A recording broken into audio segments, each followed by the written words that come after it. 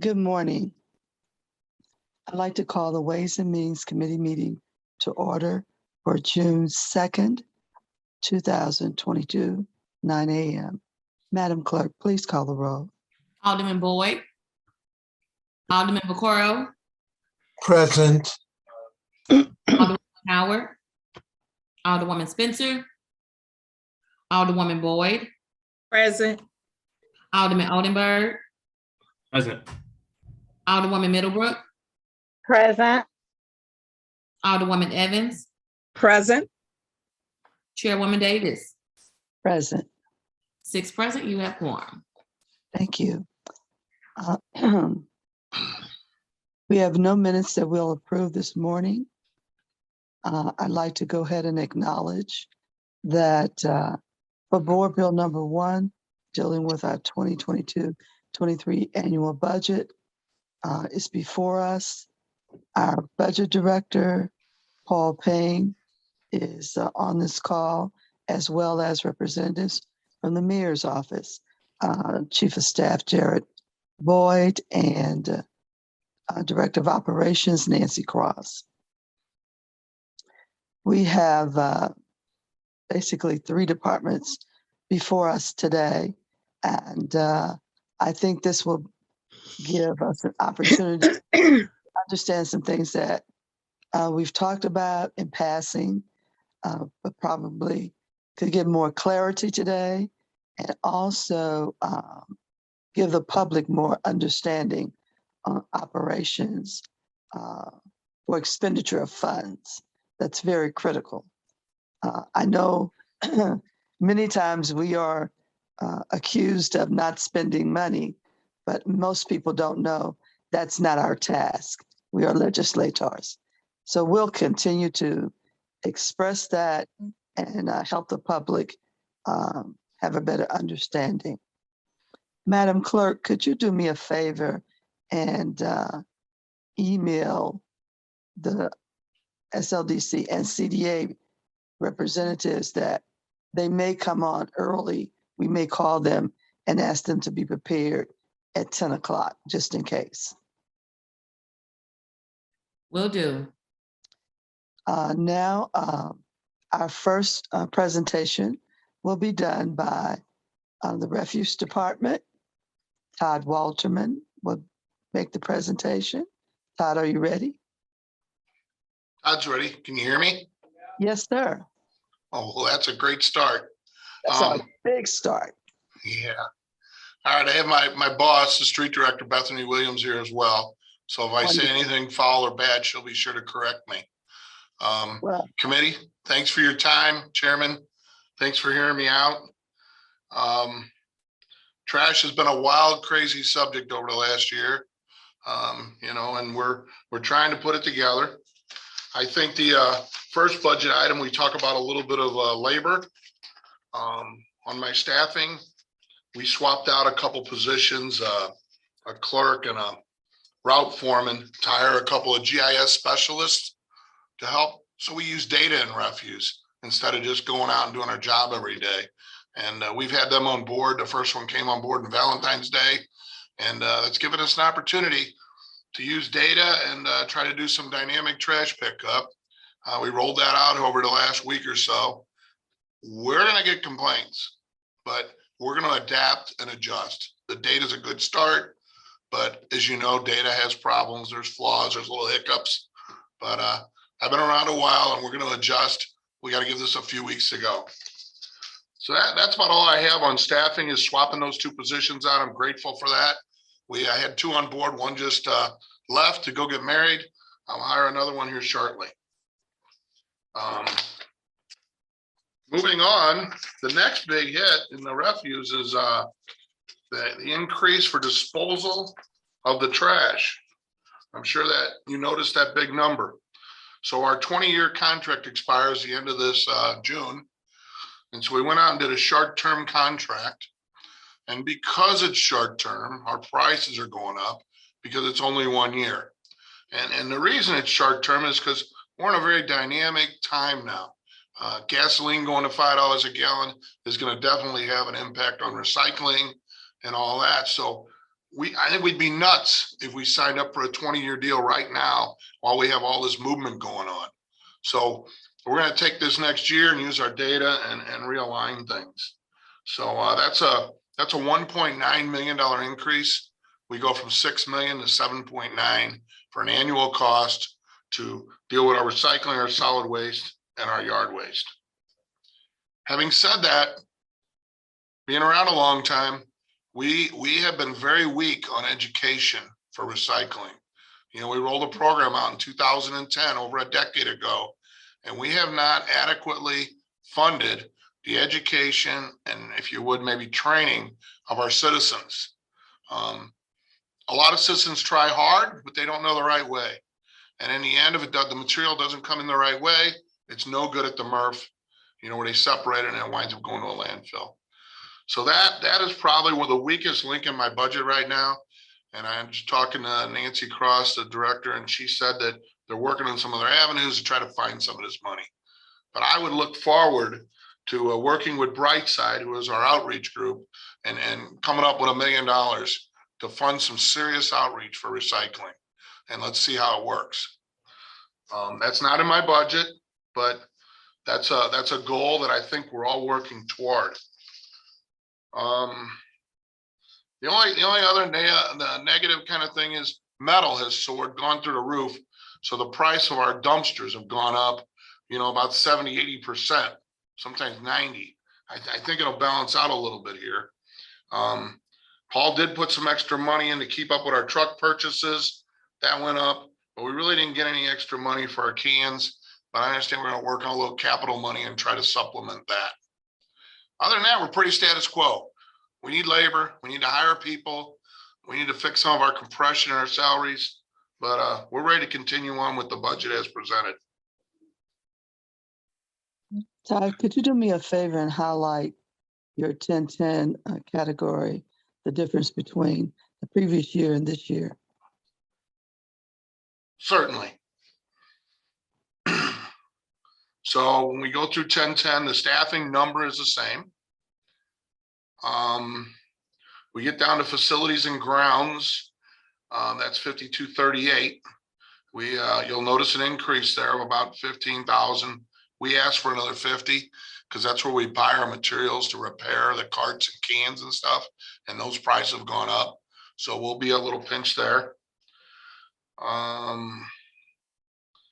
We asked for a little money in facilities and grounds again in the 5438 account. And that was more about adding communication devices and that to the trucks. But I think I have another means to get that done. You'll see what I just mentioned was the 5438 account where I asked for 1.3 million. We got 900,000. We believe that's what we actually buy cans with. We'll get some of that. We'll get some of that through capital. Our fleet account, 5539, you'll notice that went up by 231,000. That's dealing with the cost of metal and buying new trucks. So I am very, very grateful to the budget director that we'll be able to buy, you know, 3 trucks out of that and not just 2 this year. That kind of saved us there. We got a little extra money in communications, 5636, and that's going to help us put a data plan in these trucks to tie the smart stuff back into us to help us out there. That's a big win. Moving on to the 5600 accounts, that's where you'll really notice the transfer station and the transfer station supplement numbers. That adds up to 7.9 instead of last year, it was right around 6 million. Those are the changes in the 1010 account as presented. Okay. And before I go to the committee, I'd like to give respect to the director. Ms. Williams, did you have something you'd like to share? Nope. I think that last week when we spoke generally about the streets department, I kind of talked about some of the issues that we're seeing with personnel. This is one of the departments we are trying a lot of new technology out, a lot of new things in our refuse department, and for a couple reasons. One, this fleet, they see 95% of our streets in the city of St. Louis.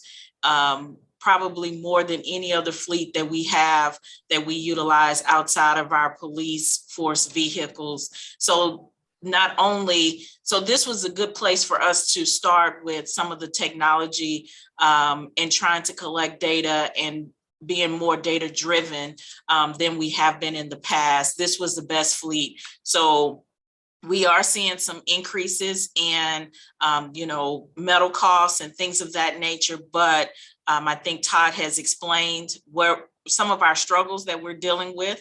But I think over the year, we will be able to figure out next year how we can level some of this out. So thank you for the opportunity, and I'm here for any additional questions, but mainly, Todd is here to cover the refuse budget. So thank you. All right, thank you. One of the things I wanted to share very quickly before I go to committee is, I'm sure you're aware of the public's concern about possibility of increase of their bills and the decrease in the number of pickups. But the cost of, the costs are so high, even with a minor increase, we're still going to be struggling. And I'm hoping that as we're doing more PR, we'll be sharing that more so that people can understand. And just as a side, what people are paying for refuse here in the city of St. Louis, I was paying more than that in 1972 in University City. So we get a bargain here, but I digress. Let me move on now to our committee. Alderman Vaccaro, you have any questions? Well, comments and questions. One of the things when we did the fee increase, we were said ward capital would no longer have to be used by dumpsters. And I heard you just say, well, we're going to make up the difference with capital. Confused. And I know every year I keep putting money in, even though we keep saying, no, we don't have to. And I was assured there'd be plenty of dumpsters that I bought, 2 years ago and a year ago, that they'd be just sitting there waiting, definitely hanging out. I'm confused. Are you saying we have to use ward capital again to buy dumpsters? Todd, would you like to answer that? Or was that question for me? Well, no questions for Todd. I'm sorry. Okay, Todd. Yeah, it's been a combination of funds.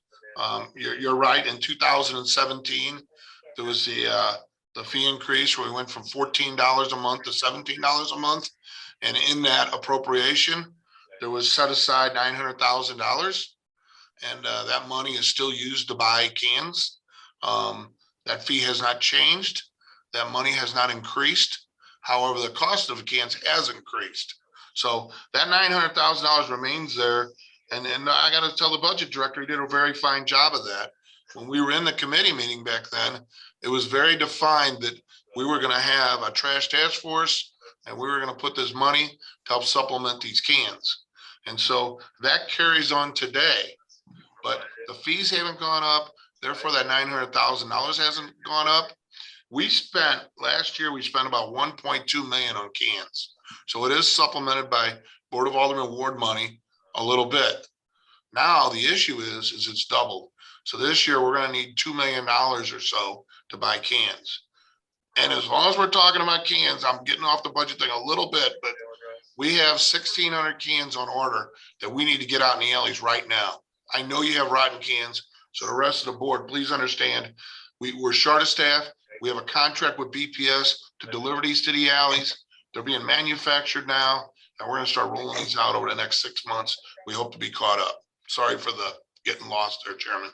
Well, and maybe I know more than I should, but the issue is this money was sitting there.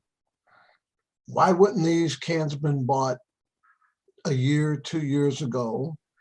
Even though I know the answer, it's up to you if you want to say the answer, but why weren't these bought 2 years ago when the money was there? And again, we keep on going back saying, oh, we're going to raise the fees, but this time really, I know we really promised last time, so maybe this time we should really promise when we raise the fees that these things are going to happen and life's going to be better. And Todd, it's not. And I get the cost of the gas.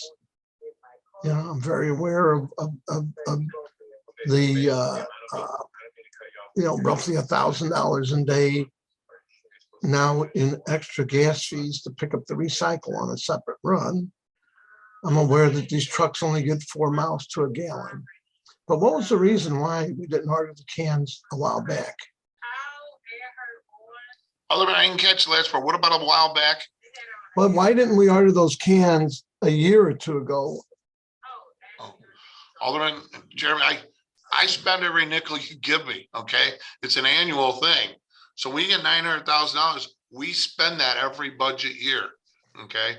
We did have I would say a 3-month lapse because the price went up so greatly. We have to go through our bureaucratic system to make sure we're spending the money appropriately and working with the supply commissioner. So because the price went up so high, I had a 3-month delay. But every year we spend that $900,000 and any award money you give us. We have no problem spending the money. I'll pose this one other way. Were we slow in paying the manufacturer? Is that why there was a big delay? And I'll ask any other way you want to ask. I know the truth. No, we had 3 or 4 minor invoices. They might have totaled about $30,000 that were in the system as the city put in its new system to pay bills, and it got hung up out there. And because it didn't go in time with the new system, they became emergency payout items. So they took a little time. You've been hearing about this with the new ERP system going in. There's been a little learning curve. You're taking a system, Alderman, that was 30 years old and putting a new one in there. We had a few hiccups, but when we're spending over $1.2 million with the company and we have a $30,000 hiccup, we're fixing it. And I believe we're about even with them now. I'd have to double check. Look, I just want to know, and these are all budget questions. And I guess I still have concerns about trucks that get 4 miles to a gallon. And if we're not putting out more pollution trying to pick up, maybe we need to rethink how we do the recycling, still do it, but rethink how we do it. But anyway, you caught my attention again when you're saying, gee, we're going to balance this with ward capital. And you're muted. I'm sorry. Alderman, I didn't say ward capital. I said capital, and maybe I misspoke. There's money out there. There's arrow money and capital money. Oh. I don't have that. I am only the refuse guy now, but I was told we were going to find another source. So I apologize if you took it as ward money. That's not the intent. Okay. Anyway, other than that, Todd, thank you. I know you're under a ton of stress, and I know you do the best you can. Oh no, I love this job, Alderman. I love it. It's fun. Well, anyway, Todd, I appreciate all you do, and you just caught my attention because I'm trying to get my streets and stuff done, and it just seems like my budget meetings this afternoon. And it just seems a little bit out there. But anyway, thank you, Madam Chair. I appreciate the job that Todd does. I appreciate that he takes my calls, even though when I call him, I'm not always pleasant on the phone. But at least he still answers. We really, it's not me. It's these operators that are kicking butt out there, and they're doing a great job. And if you know somebody, tell them to apply. We still got the $3,000 bonus for them. I need operators. I need laborers. I need operators. I need some staff. So if you got that 25-year-old kid living down the block, get them off the couch and get them to apply. That's what I need from you guys. Well, I offered to drive and not even get paid. I have a Class A over-the-road truck driving license. I've offered to drive and not get paid because I can't get paid to do it. But I have offered to help. I've offered. Thank you. Anyway, thanks, Madam Chair. Thank you. All right, thank you.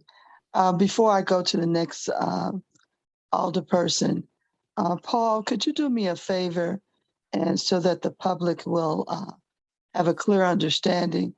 could you explain the capital committee and its purpose and those items that we review?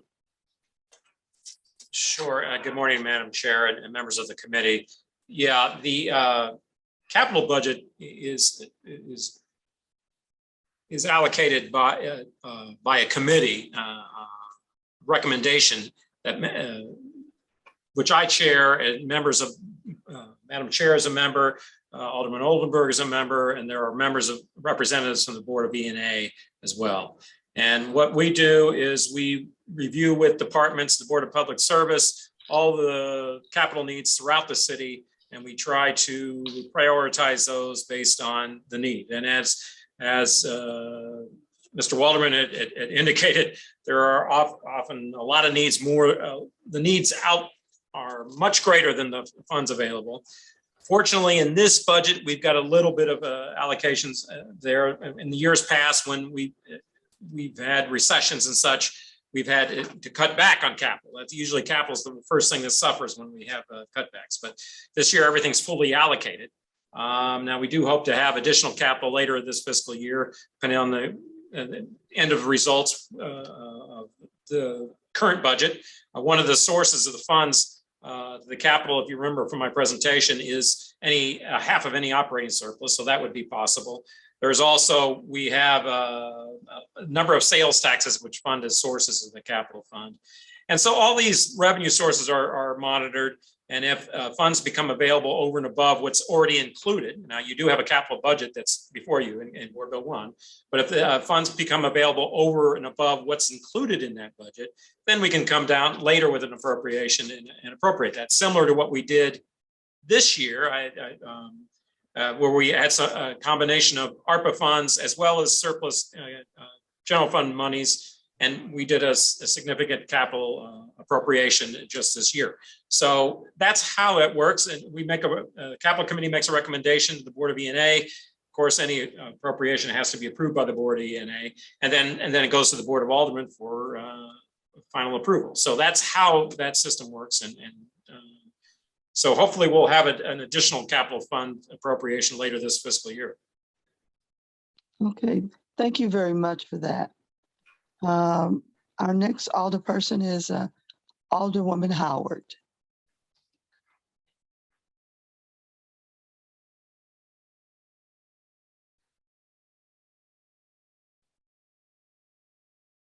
Alderwoman Howard.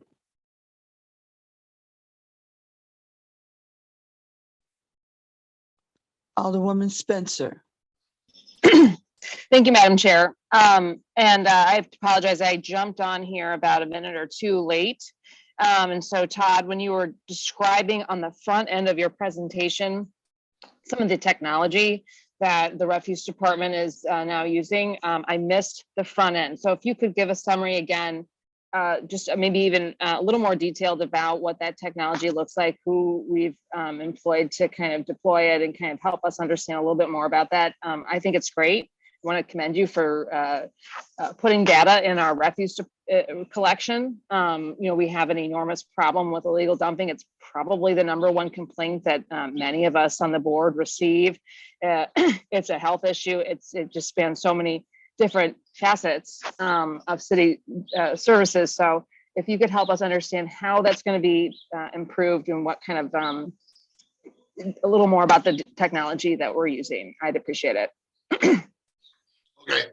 I think you're kind of talking about two different things here, where we're talking about our routing of our trash trucks that pick up the contained waste that come down the alley and pick up the alley cans and pick up our carts. So we're doing a little pilot program with a company called Rubicon, where we actually put live phones in the hands and devices, and we're tracking the pickup and the times. But the neatest part of that is it allows them to, get the complaints before anybody else does. So if they show up at a can and the hooks are missing, they put it in there and it goes right to our work order system. So hopefully we can respond faster. They pull up and the dumpster's got a couch in it and they can't dump it. Bam, it gives it to us. Hopefully we get to the point where there's a missing lid and they can document it. Right now we're kind of triaging things because we're short of labor, but we got to get the big things so we can get the trash in the truck. Okay, so we have those devices on it. I got some complete devices that show where the truck runs and leaves breadcrumbs and that kind of thing out there. And so we're using that to space out times and dumps and, you know, what the haul time is back. And we're just trying to balance out the routes. We noticed a big difference in the volume of cans per route, per ton, if you would. And everybody says, oh, you're not treating everybody like, well, there's alleys in the city where you can't put any more dumpsters because there's so many garages. I know, you know, in the Central West End, Oldenburg, anywhere that's density is heavy, the garages compete with the cans. If I add one more can, I'm going to get 5 complaints because somebody can't back out of their garage. There's other places where we have more cans. So that's why we're getting to this. Hey, maybe we don't need to pick it up twice a week. Maybe we can do 3 times every 2 weeks. That's the knowledge we're learning about the contained trash. I think the other part of your question was about dumping. Am I correct, Alderwoman? That's correct. If we could stick on that topic, the first one, just for a moment longer, is that pilot program citywide, or are we doing that in certain neighborhoods? How is that being deployed? It's a shotgun approach. 10 drivers go out with the devices, and there's 10 trucks with the devices, and we're only fielding about 40 trucks a day, to give you an idea. So about half the trucks, and it's not north, south, east, west. It's very shotgun. So it's kind of citywide, but on a 20 to 25% of our deployment basis at this point. And is that something we're looking to do on all of the trucks? If this works well, we would deploy that. What would the timeline for that be? Would that be something this year? Would it be something next year? What are we considering here? Oh, I think we'd be looking at, contract 6 months or so, something like that. But we honestly just gave the devices to the guys today. Okay. 5:30 this morning, we just put the devices on the street. And so we're going to play around with it for 3 or 4 months. Okay. So we're very new at it. And we had some things on the trucks, but this latest part just went out this morning. Okay, that's great to hear. And we can hopefully stay informed about it. Then the other piece of technology I would think would be 2 more, the cameras, alluding to the illegal dumping. And then the other piece would be on the cans themselves when they get full and kind of understanding where the greatest need for pickup would be and that sort of thing. So once again, you got me here. You want to know where the cans are full. So what we're doing now is some of these areas where we're only picking it up, twice every 3 weeks, we are seeing some spot problems. And what it is, it's 2 alleys on an old route that we're having cans stand up. But we've only been doing that part of the business. This is our 2nd week. So we really need to let that go for about 3 or 4 weeks to assure it's a real problem from the citizens and it's not an illegal dumping problem. A person can come down with a pickup truck and wipe out two of your cans in a matter of 30 minutes, and fill them up. So we'll be tracking them full. We'll be tracking all that and adding that data to it for the individual cans. Okay. The camera program is a separate program, run by the police department. It's part of the trash task force. They call it something else, not EIU. But the neatest part of that is, the mayor put up $1 million of money to enhance that program, to go from this 200 cameras that are not, that you have to go visit the site to get the data downloaded, to we'll have 500 cameras in a year, and they'll be back to real time, to where the officers will have more productive time reading the data from their desk. So that's the goal of that. And that's going to be deployed when, Todd? We just issued a PO. We have the first set of cameras being shipped from California just this week. So there's a process, we want to get them up before we invest, hundreds of thousands. We went out and bought $35,000 worth of material just this past week. So we'll see how that hits, give them a couple weeks, get it up on the pole, see how it works, and then we'll be buying more. So we'll have no problem spending all that money here by Christmas and getting it going. Great. That's all I have. Thank you, Madam Chair. Thank you, Todd. Thank you. Alderwoman Boyd. Thank you, Madam Chair. Thank you, Street Department, for comment. Todd, the question I have, because I work real close with EIU. So what I'm hearing is you all, and they had already talked to me about this new system that you all are trying to get. So you all are relying more on the Real Crime Center to be able to utilize the information to help EIU unit. Is that what I'm hearing? So EIU has been a very successful program with the equipment they had. And the old stuff would require them to go visit the actual area where the camera was. This new stuff is enhancing it and making it so it's real time. It'll go to the real-time crime center and they can look through the data. So they'll be able to respond, much faster and produce even better results. Now, we haven't figured out how to tie what they're doing into what we're doing yet. We haven't put that together, but that will have an impact. And so I guess my question is, because I keep hearing people refer back to the Real Crime Center. And so, are we looking as a city to increase or to advance Real Crime Center with more people? Or how is that going to work? Because all I keep hearing is people going back to the Real Crime Center. And I don't see the impact the Real Crime Center is having in regards to the cameras that's already out there. So now we're talking about adding more cameras, and where these cameras are, that they will be able to, the Real Crime Center be able to assist EIU to pick up some of this dumping that we have in our community. So I don't think that's been thought out, one. And then two, when we talk about the trash and raising the cost of the trash service, I don't think you all are looking at this logically, because I don't know where you're getting your data from saying one part of the city doesn't have as much trash as other part of the cities, but I'm riding other parts of the cities where I'm seeing alleys overloaded with dumpsters with trash. Whereas to the point, it's just overloaded. And so I'm just like, so how are you all justifying this? And now you want to go up on the rate again. And I'm not comfortable with that, because our alleys aren't being taken care of in regards to the trash dumping. Randy is running around like a chicken with his head cut off, trying to keep these dumpsters empty. So I'm just not comfortable with this whole plan you all have. Everybody think technology is so great, but it's great to a point, because people need to understand you can put numbers anywhere and say this is what's going on. But the real deal is people seeing what's going on.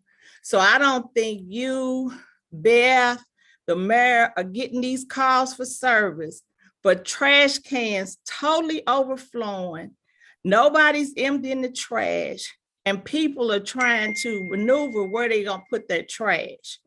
So I'm kind of like Alderman Bacora, raising the price. I don't think that's always the answer. And in defense of you all, I know things are going up, and I know we have a new kind of thief now. They're stealing the hooks off your dumpsters. Whoever thought that somebody would be that smart to think through to take a freaking hook off a dumpster so we can't empty the trash, instead of getting a job to use that same brain for technology to make something good happen in our city.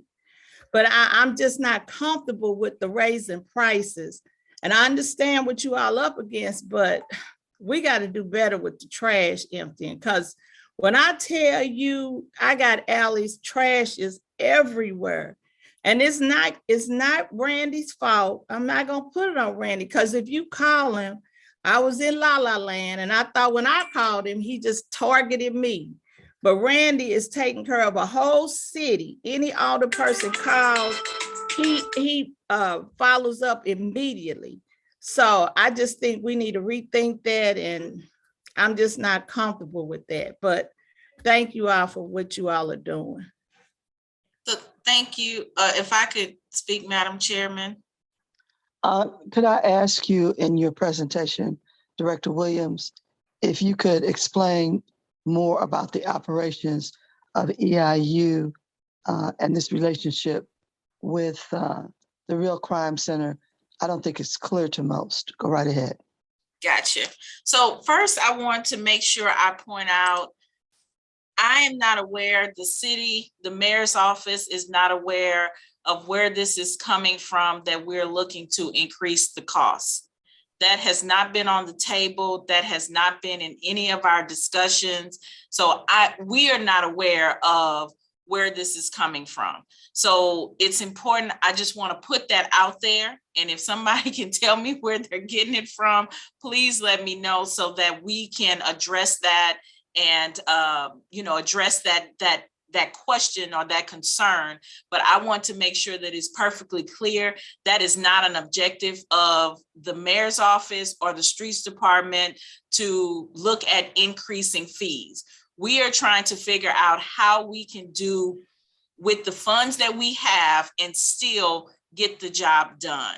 So I did want to start with that. The next piece, when we talk about, and I'm going to have Todd step in too when we talk about the cameras and the illegal dumping, because he has really been working on this process and how do we update it and get those things done. So he will be able to step in and give some more information. Where this plan will come into place, us adding additional cameras to the city and how they will be placed, is just so that we can record and track and we can get better images of people that are doing these illegal dumping. We can see where they're coming from. We can get better views of license plates where we can hold them accountable. And when I say we, I mean the city as a whole, the police department can hold them accountable for some of this illegal dumping actions. Now, as far as the streets department, the cameras are just to help monitor that piece of it. And we maintain that because it's on our poles and our right of way, things of that nature. But we will continue to be responsible for going out and picking up this illegal dumping. So the cameras will not help us in the sense of identifying where this dumping is. It's more to help the police officers with controlling it and identifying the people that are doing these illegal actions in our alleys. So those were just 2 points that I wanted to bring out. And Todd, if you have something else about the EIU or illegal dumping and the camera placement, I did notice that Alderwoman Clark Hubbard put in the chat, where will we be putting these additional 500 cameras? That will be determined. We will work with where we're seeing first the most dumping. And if we have no cameras in those alleys, that's where we will start with placing of these additional cameras that we're getting. Right now, yes, Randy is running raggedy almost, just trying to make sure that we can fulfill as many of these requests that we're getting. He's even going out and moving with the approval of the alderpersons and working with police forces and, to make moving some of these cameras that we're seeing more of this illegal dumping until we can get these additional cameras put in place. But that is what we will look at. Where are we seeing the most illegal dumping? And that's where we will start with facilitating some of that dumping. And I'll defer to Todd if he has any additional to add to that. But those were just 2 things that I just wanted to really about the cost. And so if anyone wants to share with me where that's coming from, so we can address that, if it's a written statement that needs to be made or whatever it is, but that's not on the table for this administration at all to increase the fees. Todd, did you have anything additional? Well, I'm certainly glad we got that fee part worked out, because I was a little miffed when that started popping up around here. I'm like, you think the refuse guy would know something about that, but I'm glad that's not happening. Yeah, you guys hit on a few points. You mentioned staffing of the real time. I hit them up about more people in that. As part of that supplemental appropriation, we raised the fees at $3. It earmarks $300,000 with overtime. And I asked him, I said, could you use more? They go, Todd, give us the smart cameras and we'll be able to do more. So what we're doing is we're investing in technology so we don't have to increase the labor. and they're very comfortable with that. And I think we got to dig up the last report we got from that group and show you the stats on what they're doing. And they're getting the bad guys. They're getting these guys in these real nice pickup trucks coming in and dumping. And on the dumping issue, there's two kinds of dumping. There's a dumping you see in vacant lots that I know, Chairman, you see up there a lot, but there's also the dumping when they get off the two interstates from north and south and they run down an alley and they fill our cans up. Okay, that's still illegal dumping. And when we say, how does the data play into that? When our guys go out and they see these cans being used too much and they're full all the time and we're tracking when we're dumping them, we know it's coming from somewhere other than the neighborhood. And so therefore we can put cameras on that. It's really neat how it's all coming together and starting to mesh. And we're going to be smarter about this. And it's pretty cool. I saw Alderman Hubbard's comment. We're not adding 500 more. We're going from 200 cameras to 500 cameras. I want to make that clear. Okay. So we'll have a total of 500. I don't know. Yeah, I'm an old guy, been around 33 years, and I'm very excited about using data and not just spelunking around anymore, that we can base it on some facts. And the other thing, Chairman, you mentioned that it's wrong for us to say that maybe your area doesn't put out as much trash. That's not true. The routes are all set up and they put out a similar amount of tonnage per week. But what the difference is, there's more cans in some areas. So therefore, there's more capacity to store the trash for 1 week. And some people might find that appalling, but there's nowhere in the country people are getting their trash picked up twice a week. The standard across the country is once a week trash service. So if we have additional cans, and that's what we're discovering is, there's areas that have plenty of capacity to work with, once a week solid waste pickup. And that's where we're exploring. There's definitely areas where there's not enough capacity for cans that we have to service twice a week. And so it's more like dynamic staffing, dynamic response. That's more what we're invoking here. And I said it's going to have hiccups. It will. It's not perfect, but I'm very excited as an old guy to be getting involved in this and to be able to do something different than just status quo for the last 40 years. I don't know if that answered them all, but that's what I got here. All right, I'm going to ask for Nancy Cross. Are you still on? Yes, Madam Chair. Okay, what I'd like for you to do for us, and actually, I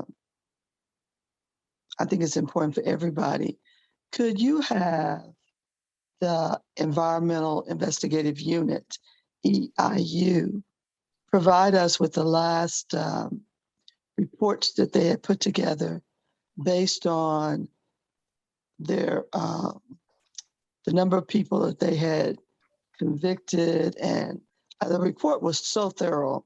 I'm very impressed by that department. It's small, they do a very good job, and the fact that they have to manually go up on a pole and get data in order to process it, it just impresses me even more. So if we could get that information, and I would ask you to send it to the board clerk, who will disseminate it to all the alderpersons. I'd be happy to do that. Yeah, that's one of those departments when we look at it, most people don't understand how much it affects us daily.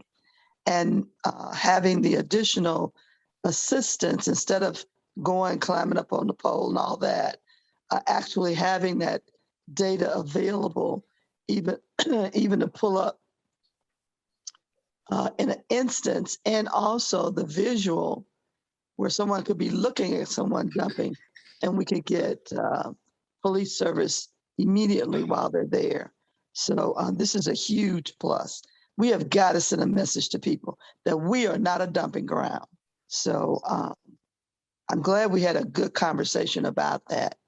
And I need to be quiet and move on to the next. Go right ahead. Madam Chair, with all due respect, Madam Chair, I want to make sure I do respect you, but sometimes people take that comment as a slam. But what I'm trying to say is, besides getting you that report, I think people should be aware that City Councilor Sheena Hamilton has established an affirmative litigation team. So all of the work that gets done will probably flow into that too, to make sure that we're doing affirmative cases. Instead of the city always being sued, we will be suing people on various issues. One we are weighed in on is against, there is a dumper who has been dumping lots of materials in Kinloch. And as you know, Kinloch is a little bit part of the city in some way, but that the city council's office has taken on that lawsuit in the hope that that means that that person will finally get the message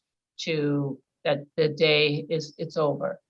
The fun and dumping is bad. And we also, I think Todd has been very clear, and Bethany as well, that we know that the wards that are along the highway, like near Route 70 and Route 55 and 44, are where the dumping is easy, because you get off, you dump, and then you can get back on the highway quick. But with the cameras and things, we think that will help change some of that. So Great. Very I will good. get that information you requested. Thank you. Thank you. Our next, Alderman Oldenburg. Great. Thank you, Madam Chair. Real quick, I just maybe for a public service announcement for this committee. Also in August on the ballot, this is in regards to illegal dumping. There will be a ballot initiative that requests increasing the fines associated with illegal dumping to the maximum of $1,000.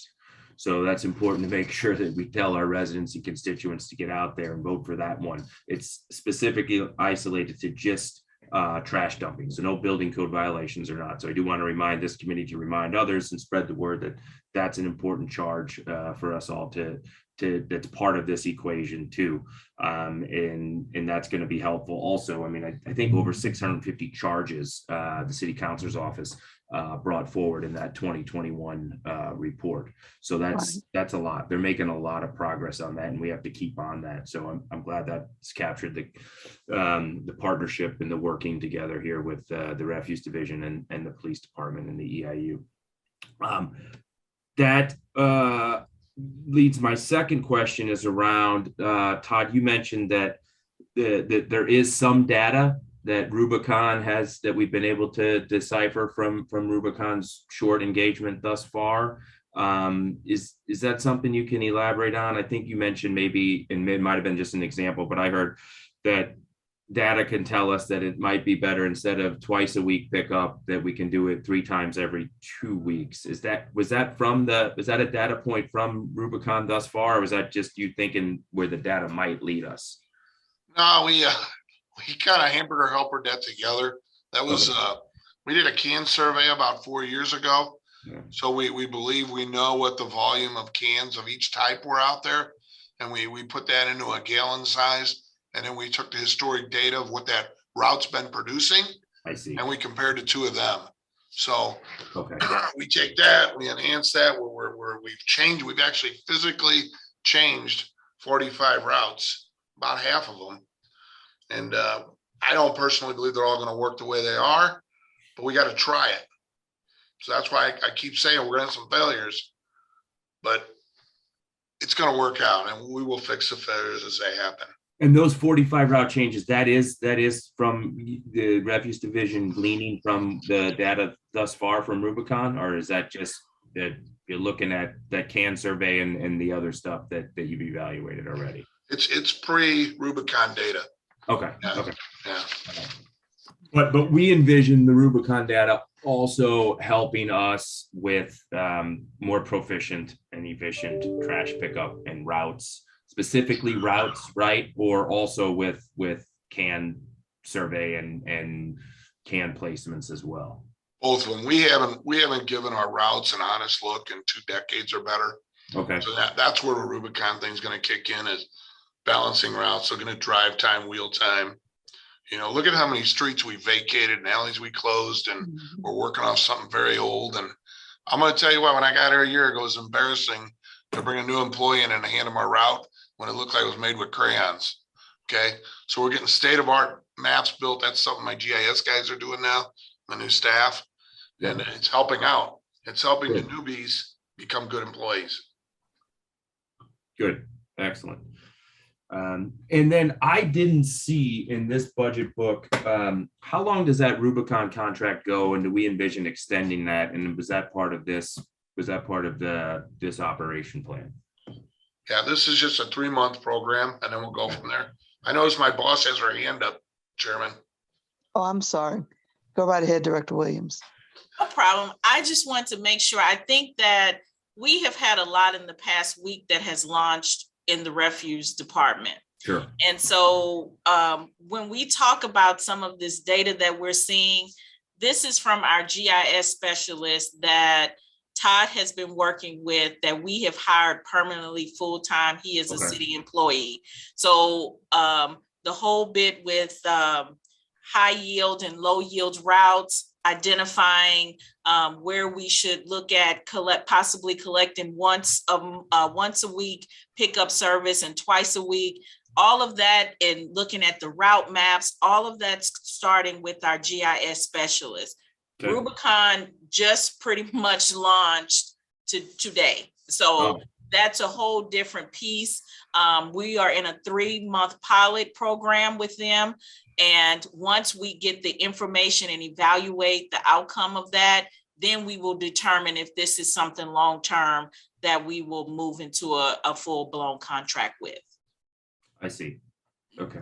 So yeah, it all works together, but kind of 2 different pilot programs that we're running at the same time. And if I could, I wanted to add that, you know, Rubicon didn't start today. We've been dealing with them for about 10 weeks now, getting data, building a relationship, getting things kind of lined up. So it's not from scratch. There was a lot of route stuff and can and cart placement and data and how you communicated all that had to work out. So I'm glad I have my GIS guys, because I would have went nuts. Or maybe I am. Perfect. Sorry about that, Alderman.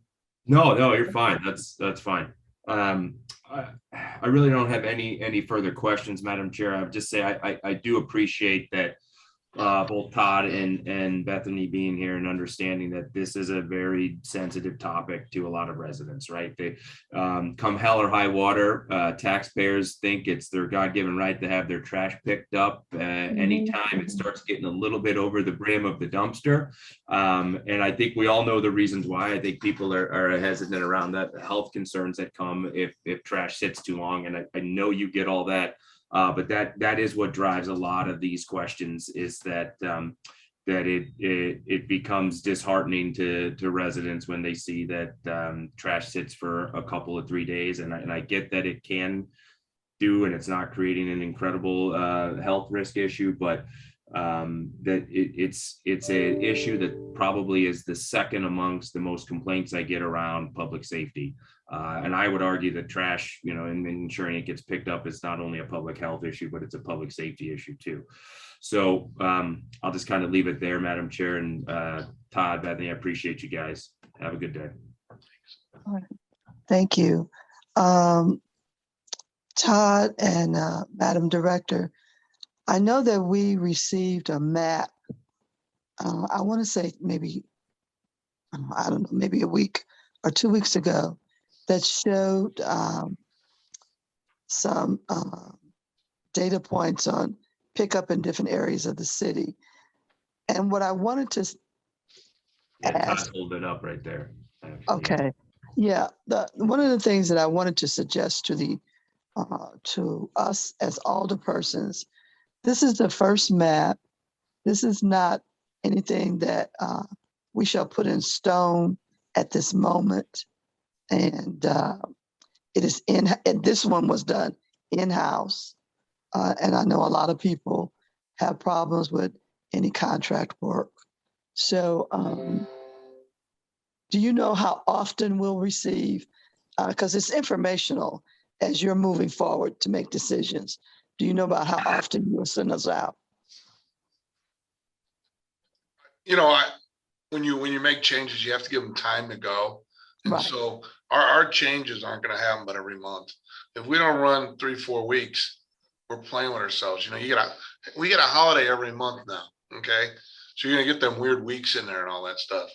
So Well, I every can't, 2 weeks, yeah, that's yeah, I mean, true. we got a holiday all the time.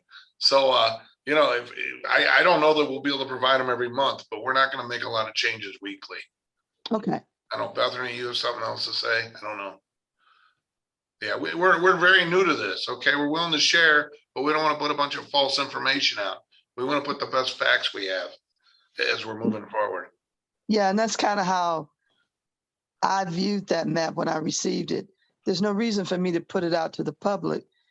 First of all, it's the first one.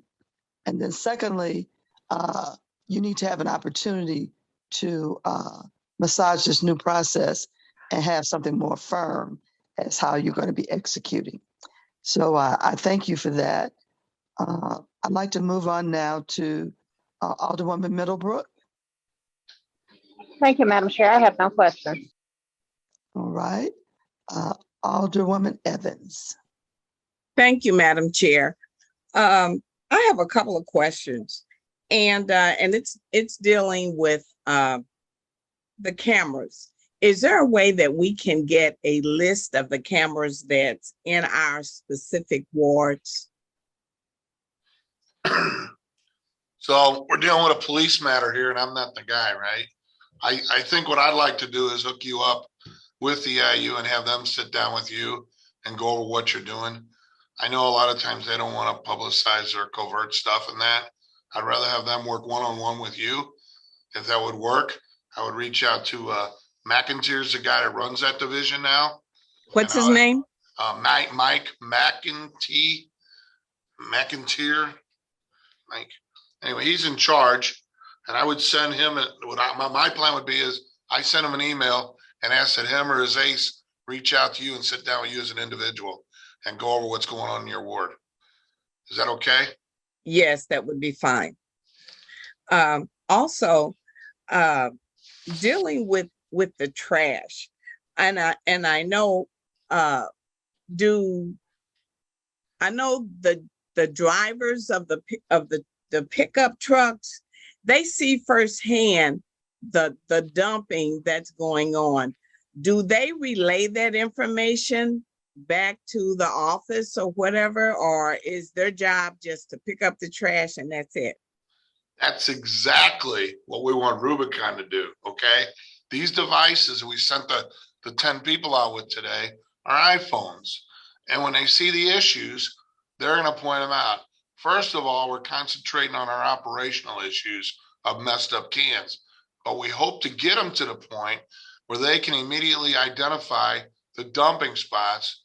So Alderwoman Boyd isn't on me as much and we're responding faster than she is. But I don't know that we'll ever be that fast. But, you know, that's the goal. That's the direction we're headed. We're not there today. We won't be there this month. But that's where we're going with something like what we employed now. Okay, and one more question. I noticed in a couple of my alleys where somebody's coming and they're mass dumping in trash bags, no doubt. And I know that my constituents that are on the end of these streets on putting those trash bags in every week. And it's like that somebody's coming from somewhere and they're filling up the trash cans at the end of the blocks, the end of the alleys. And they're neatly packed in white trash bags, but the thing, they're overflowing, you know? So it's like, maybe we could get some cameras in that particular area, because it doesn't make sense. You see this on a consistent basis, because I pass this alley, you know, daily. So what can be done about that? That's exactly what EIU is supposed to do, the task force, okay? We just need to get the communication of where it's happening, you know, and when, a report to them, okay? Oftentimes people email Randy, and he's my direct connect with my division here with them, or when McIntyre, one of his people sit down with you, they'll give you their personal number and give you a way to refer that. And the citizen coming up with details helps them do it faster. That is exactly what these cameras are designed for. And we just got to connect the people seeing it with them, and they'll wind up in the report when we get done. Okay, So I think we need to have you at that meeting with them, Okay. soon. give me the information. You will get it today. Thank you. Okay. Was that it, Alderwoman Evans? Yes, that's it. Okay. And just to share a little bit more about the EIU unit, when those types of things are reported to them, they also go inside the trash bags. So a lot of times they can find identifying information with names and things on it, and they can go seek those people out. So I love that unit. They do a good job. I didn't have anything else. I think this has been a very thorough conversation. Todd, did you have anything else? No, but you got Director two hands Williams? waving at you. You have Boyd, you've got Howard, and Evans. And All three of Evans. them looking for you. Oh, I- wait a minute. I Hold just want to on. know, what's the number of the EIU division? I don't know, but I will get it to you today. Because if that's the key to getting some of these problems relinquished, we need to have that number. They do get work orders through CSB. Right. Okay. Right. So They you follow up on the can, work orders. you could put your white bag dumping in a CSB and EIU will get it. Right. Okay, But you're gonna get more than Alright. that. You're gonna get a little extra low. okay. Thank you. All right, I'm sorry. Alderwoman Howard? I'm sorry, I apologize, I'm late and I missed his presentation, but I know we're working trash and talking trash constantly, and hopefully we can get the services straightened out and deliver what the citizens are paying for. So thank you, Todd, for your diligence and persistence with this. So that's all I have. Thank you. Sorry I'm Okay. late. I cut my grass and lost track of time. That's okay, I understand. Director Williams, did you have anything else you need to add? Alderwoman Don't have Boyd's waving. anything else, but Alderwoman Boyd's waving her hand too. Wave your hand. I don't know why my screen is not working right now. Wave your hand. Go right ahead, Alderwoman. Her Boyd. hand blends in with her background. Okay. First, let me clarify. I'm not upset with anybody because I know the work that they're doing. But with me working personally with IEU, and that team has grown tremendously in results based since they started, how many, Alderwoman Davis, 5-10 years ago. It has did a total turnaround on the convictions rates that they have gotten. And so ironically, I started working with them when it was tires. That was our biggest issue. And Randy did a survey, and in my ward alone, he had a tractor trailer full of tires. That's how much they were dumping tires in our community. So I applaud EIU and its environmental investigation unit. And Todd, I appreciate what you all are doing. I'm just nervous because some of the dumping is not just in dumpsters, it's in lots, it's on lots. And you're right, they're coming off the highway. And so we have one lot in particular, they are picking it up. The debris team is hitting that 2 or 3 times a week. That's how much they're filling this lot up. So I just wanted to let you know, I appreciate what you all are doing. You're doing good work. It's just that, like Alderwoman Howard said, we've been talking trash forever. We've been talking about the whole trash situation in our city forever. And now it's getting hot. And now we're going to wind up with the health department also, because it's going to be rodents included with this trash. So just thank you for the work that you all are doing. And I appreciate what you all are doing, and keep doing what you're doing. Thank you. Okay. Anybody else? Alderwoman Middlebrook's got her hand up. Yes, I just wanted to know, Todd, if I can also get the information sent to me regarding the EIU. Absolutely. Yep. Thank you. Todd, you probably needed to send it to the board clerk and all committee members. All right. Yes, ma'am.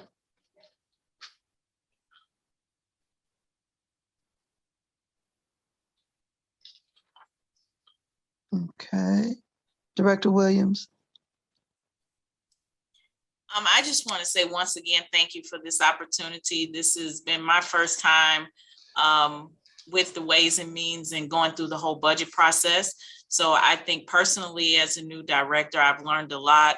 And thank you to everyone on this call that have worked with different members of my staff on how to get your budgets done and how to get things done in the streets department. As I said before, you know, we're just trying to look at a different approach to honor the commitment that we have.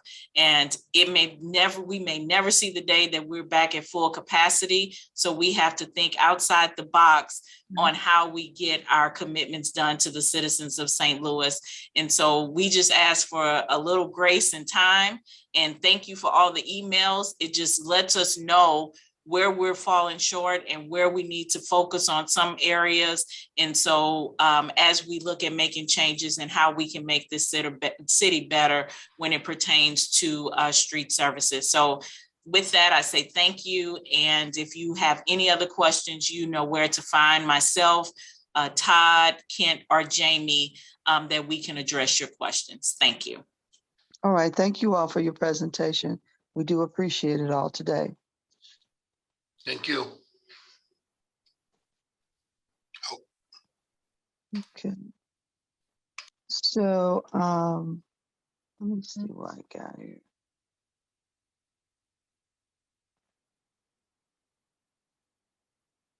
Okay. So our next opportunity for presentation listed here is SLDC and CDA. What I'd like to do is to have CDA go first. And Justin, Director Jackson, are you ready? Yes, I am. All right, sir. Please feel free to open with your presentation, introduce any staff, and include them in the presentation as you see fit. Thank you.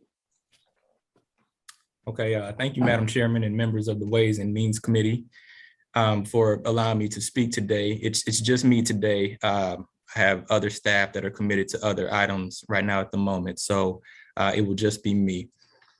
I have a series of bullet points that I just want to highlight on as it relates to CDA in our budget for the upcoming year. Our budget is going to be similar to budgets from the previous years, so my presentation will be somewhat short, but I just want to highlight a few areas to revisit a few items and make the committee aware of where our focus continues to be. So again, my name is Justin Jackson. I'm Executive Director for CDA. And one of the things that we often want to stress when we do presentations, whether it's to the Ways and Means Committee or the HUD's Committee or the Board of Aldermen or just other departments in general, is that our department in its entirety is funded through grants. And the grant that primarily funds our department, or the grants that primarily fund our department, are issued through the United States Department of Housing and Urban Development. So we do not receive any general revenue funds, and we operate entirely off of grant funding, which the limitations as well as the possibilities of the grants are always at the forefront of how we plan for things and how we move forward with ongoing administration and compliance with those dollars.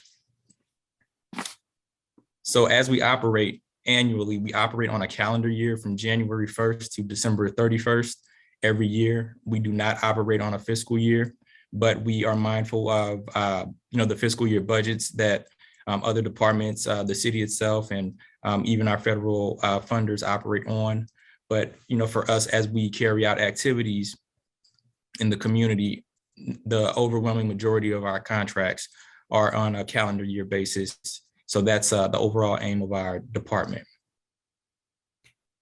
Just something to keep in mind also for the committee, the funding that we receive and administer on an annual basis typically is comprised of community development block grant funding, as well as home investment partnership funding, which are both formula grants from HUD, and a minimum of 70% of CDBG funds and 100% of home and any additional HUD funds that we receive must be used for activities that benefit low to moderate income populations. Low to moderate income populations are there's a range of individuals in terms of income, which would put them under the categories of low to moderate income, but roughly above 30% and less than 80% of the area median income is what we're looking at when we say low to moderate income. Over the last 3 years, roughly 93% of all CDBG expenditures have been spent for low to moderate income activities. And that's something that we're very mindful of because HUD watches that closely.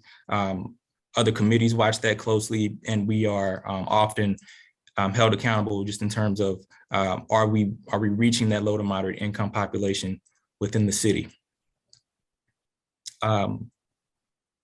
Going back to a point that I made earlier about our entire budget being supported by grant dollars, for the most part, our budget is entirely administrative, and it's the administrative expenses as it relates to staffing and other professional services, and the salary and fringe benefits and things like that for the most part make up our budget internally. We're tasked primarily with administering multiple budgets. So internally, we don't have additional pots of funds that we use for any other services beyond administrative expenses to support our staff and to continue to execute and administer contracts. So we currently have 24 members on our staff here at CEA. Much like other departments within the city, we've been experiencing some ongoing staffing issues just in terms of capacity. I know that often you hear that from other departments, and it's very much true in those departments, but it's impacted us greatly as well. We have at maximum capacity, we would be at about 43 members on staff. I make 44, and right now we're operating at a little bit over half of that, and with 24 being our staff total. And I just want to provide that to the committee just in terms of context, because we have not missed any of our required deadlines. We have not missed any of our required funding timelines, or we have not scaled back on anything that we have committed to doing, historically at CDA. And that's really a testament to the staff here at CDA and their commitment to making sure that we get things done. Sometimes our schedule it becomes a little bit extended because we just, we're at a certain capacity and we can only do so much with the number of hours in the day. But I really want to, stress that to the committee that, we're operating and we're all doing, 2 to 3 times as much as, what we will be normally doing in our positions. So I bring that up because as we administer the block grant on an annual basis, we have caps on the certain amount of dollars that we can use and put towards certain categories. For example, administratively, we can only use up to 20% of the block grant for our administrative expenses. Now, our department does not use 20% of the value of the block grant for administrative expenses. It's nowhere near 20% of the block grant. And we also, there's also a cap in terms of what we can use for home funds in terms of admin expenses, and that's 10% on the home fund category as well. We do not use any of the admin dollars for home. We keep all of that money in that home category to go towards housing production and any efforts that we need to utilize the home dollars for. So I bring that up because I want to follow that up with also another cap that I want the committee to be mindful of. One of the areas that we fund when we submit our annual action plan is there's public service areas that we support as well, such as daycare facilities, food pantries, after school activities, crime prevention, reentry services, and we have a cap on the types of those types of services and the dollar amount that we can fund towards those services also. So this is straying a little bit into the annual appropriation or the annual board bill that we normally submit in the fall, but I bring that up because our budgeting process here in CDA is done via the annual action plan process. So when we submit our action plan to the Board of Aldermen, we're also submitting within that action plan what our administrative expenses are for that upcoming year. So in addition to those administrative expenses involved in that annual action plan, we also oversee the process that involves the following: requests for proposals to solicit applications from the community to receive funds for non-housing production activities, citizen participation via public hearings, advertisements through our city website and other avenues. And finally, that process concludes with the approval of the board bill through the Board of Aldermen and through the HUD's committee, but also receiving E&A approval through that committee as well. One quick update that I'd like to give. We actually received about a 4.7% decrease in what we were allotted in terms of the Community Development Block Grant for this upcoming year. When we submit our annual action plan, we're always given an estimate of what we believe that the funds will be in the upcoming year. And those funds or those dollar amounts are then later confirmed once Congress approves their congressional budgets and those dollar amounts through those congressional hearings. So we anticipated what we estimated for the upcoming year came in at about 95, 96% in terms of what we thought it would come in. We're not too concerned about that because whatever our shortfalls are or whatever our shortages are, we use our housing production budget to kind of offset some of those expenses so that we can still try to support those who have supported or submitted applications to CDA for funding for community efforts and engagements. But I just wanted to make the committee aware that we did receive about a 4.7% decrease in what our funds are. That amounts to roughly about $700,000 in CDBG funds that is less than what we expected. As far as our home dollars, we actually received about a 3.5% increase. Now the home allocation that we anticipated receiving for 2022 is significantly less than the block grant. So that 3.5% increase amounts to about an additional $100,000, which is it's all helpful. We can definitely find areas to include that money in terms of housing production. Our action plan actually states that any increases or decreases will be absorbed completely by housing production through our department. So going back to the budget for just a second, again, our budget has not changed for the most part for this upcoming year. There's a slight increase in the overall budget. If you see the budget request for fiscal year 22 and then compare that with that of fiscal year 23, you'll see roughly about an 8% increase in the overall budget request. And that is primarily due to administrative expenses, as well as salary increases with annual increases that are attributed to staff members here at CDA. We're still actively working towards increasing our administrative team here at CDA and filling vacant positions. So we have not taken any of our positions away. We are actually in the middle of several interview processes for between about 8 and 10 positions currently. Where the interview process is ongoing with a lot of those positions. So we did not feel the need to take away any of those positions. I've had many conversations with aldermen, with the mayor's team, and I'm often asked, what do I need at CDA and what do we need here to continue to do things? The answer always revolves around staffing, just continuing to staff our department and to have the resources, which primarily means available positions in our budget to fill, so that we can continue moving forward with the efforts of CDA and improving the overall neighborhoods and city itself as a whole. So that is what I have in terms of the bullet points that I wanted to highlight. I will be happy to answer any questions to the best of my ability that anyone on the committee may have. And I will yield to you, Madam Chairwoman, if you have any questions or if you wanted to defer to anyone who may have any questions.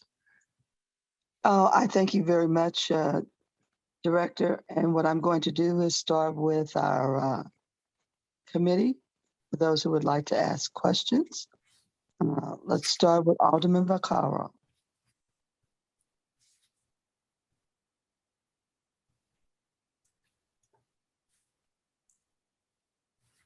Alderman Vaccaro. Okay, we'll come back to him. Alderwoman Howard.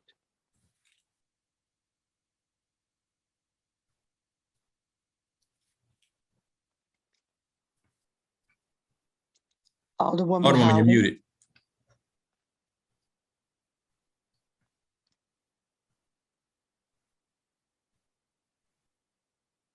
Alderwoman Howard, you're muted.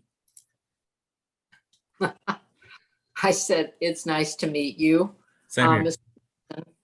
Finally putting a face with a name, and I have no questions. I appreciate the work you do, and your place has always been very responsive to my neighborhood's needs here. Thank you. All right, thank you. Alderwoman Spencer. Thank you, Madam Chair.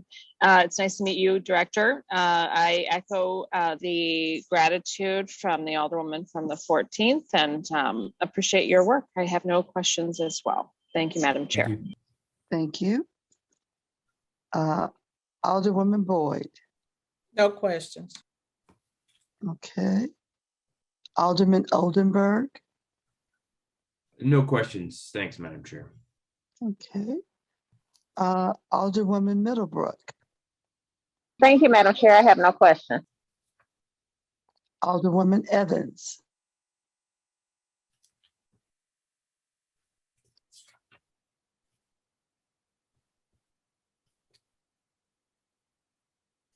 Alderwoman Evans.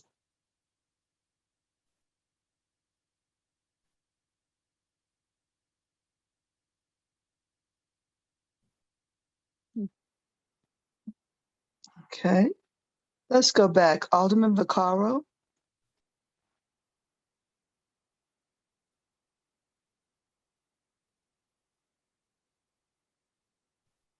And I have a hand up, but I can't see who it is. That's Alderwoman Middlebrook. I had chatted and asked her, did she have a question, but she didn't respond. She responded and said she didn't have any questions. No, this was before So the hand may just be up from before. Yes, ma'am. All righty. So we lost Alderman Vaccaro. I think we covered everybody. Okay. Director Jackson, I don't have any major questions.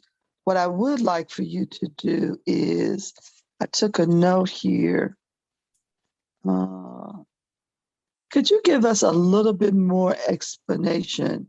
And it's mainly for the public, because I do know a lot of people watch this. And sometimes we do get confused. So talk a little bit more about your consolidated plan, and it's so that people understand how you move from year to year. Okay. Sure. So as an entitlement community under HUD classification, the City of St. Louis receives funding from the federal government to fund activities that address community needs. Every 5 years, the city submits a consolidated plan to HUD, which is designed to help states and local jurisdictions assess their affordable housing and community development needs and market conditions, and to make data-driven and place-based investment decisions. So those 5-year plans are broken down into annual action plans, and annually, the City of St. Louis is required to submit to HUD an annual action plan that describes exactly how the city will utilize those federal funds that will produce the greatest measurable impact on our community. So the city's lead agency responsible for the submission of the consolidated plan as well as the annual action plans is CDA. So on an annual basis, we estimate the amount of federal funding to be received from HUD, and it's always an estimation. And that is what we present ultimately to the Board of Aldermen, to the mayor's office, to the Board of E&A, to state that in the upcoming year, this is what we expect to receive from HUD. In anticipation of those dollars being received, we here at CDA, we do two things. We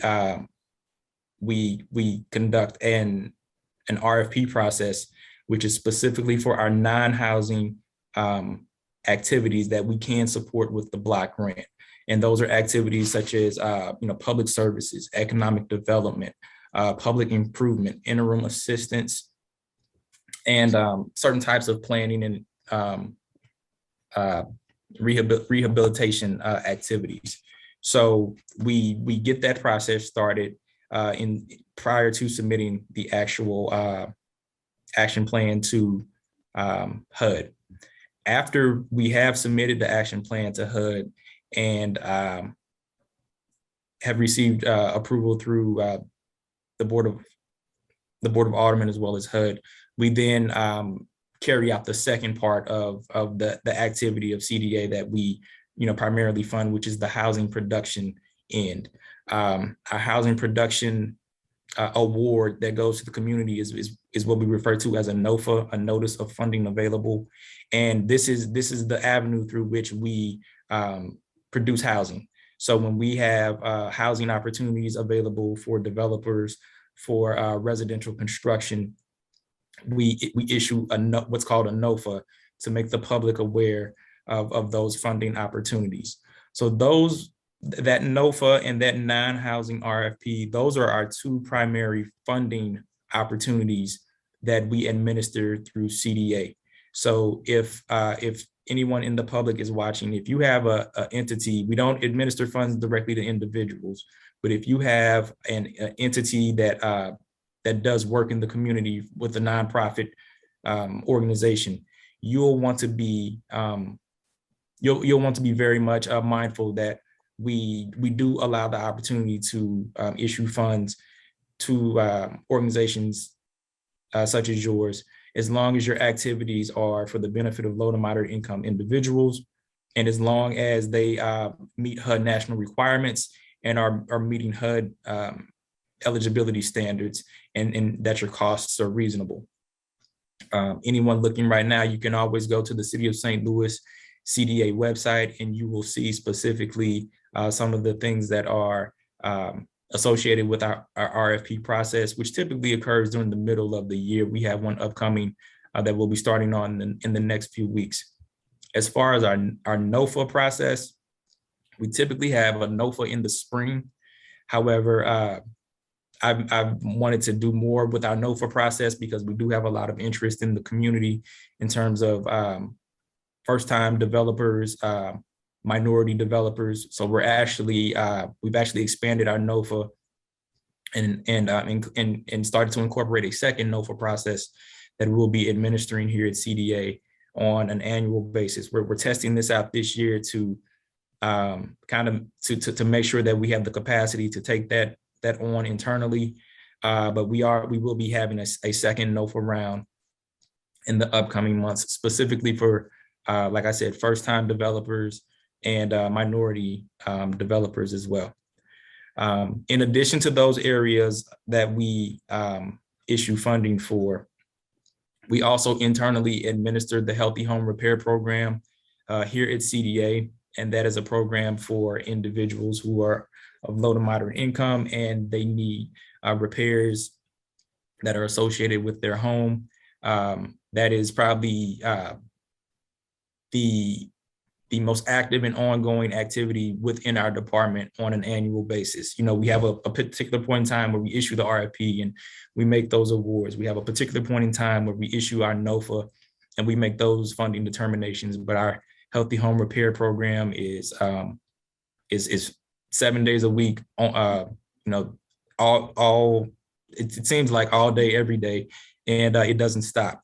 So those are some of the funding opportunities just in general that are through CDA. There are other opportunities that come that are made available through CDA, especially within the recent years with the additional funds that we've received through the federal government in light of the pandemic. I won't go into all of those funding sources, but we use a similar process in terms of making sure that those processes to award and administer and monitor those funds are clear and transparent, and that the public has accessibility to those funds as well as input in terms of the direction of where those funds are going. I appreciate that explanation because, as you know, there are a lot of misinformation sources out here. Your department is probably audited and monitored more than anybody else. And so when statements are made that we take all the CDA funds and we spend those funds on projects that are not for low to moderate income and or meeting the appropriate eligibility guidelines, first of all, HUD does not play. They do not. And they would stop us, they would shut us down, and we would not get any funding. But I'm going to ask you to repeat the percentage that can be spent from those three major categories of development. You talked about home funds. You talked about, what was the other one there? CDBG. Yeah. So there is some wiggle room for projects because HUD even knows that to build and sustain a community, you have more than just low and moderate income. Correct. And they do allow these things. So if you could do those for me very quickly. Sure. A minimum of 70% of our CDBG funds on an annual basis, and the entirety, 100% of home funds must be used for activities that benefit low to moderate income populations. And one other thing that I would also like to throw in there very quickly, I mentioned this earlier, but to your point, of our CDB expenditures over the last 3 years, 93% of those funds have been spent for low to moderate income activities and populations. Right. I thank you very much. I'm going to ask you if you have anything else you need to share with us. No, that's all I have for today. I appreciate the opportunity to speak to the committee and give a little bit more detail about what we do here at CDA and the difference between our annual budget and then what we submit in the fall. So I don't think that ever becomes a conversation that does not need to be revisited. So I thank you all for your time today. All right. Thank you very much, sir. Thank you. I appreciate it. Our next presenter will be SLDC and our Executive Director, Neil Richardson. Are you ready? Yes, I am, Madam Chairwoman. Okay, sir. I'm going to give you the opportunity to start your presentation, include any staff that you feel you need and or introduce them as you see fit. Go right ahead and start, sir. Thank you, Madam Chairwoman and members of the Ways and Means Committee. Again, my name is Neil Richardson. I'm the Executive Director of the St. Louis Development Corporation. Today, I just want to provide a brief overview of who SLDC is, as well as our mission and focus of stimulating private investment in the city of St. Louis to drive economic development and growth, as well as our new focus around driving economic justice priorities forward as well within the city of St. Louis. I have added my Deputy Executive Director, Lance Knuckles, into the conversation as he is guiding and leading now our Land Reutilization Authority, also known as LRA, in addition to our Neighborhood Managers program that will work very closely across all 79 neighborhoods to ensure their voices are elevated to respond to the economic development needs across the city in a more equitable manner. But first, again, I would like to present an overview of SLDC for those who may not be fully aware of who SLDC is. I know we are known as the alphabet soup of the city when it comes to our development boards. But just in a nutshell, SLDC is an umbrella not-for-profit corporation organized under Chapter 355 of the Missouri State Statutes with the mission of fostering economic development and growth in the city of St. Louis. SLDC is directed by its own board of directors. So we have 9 board of directors, which I am the chairman of.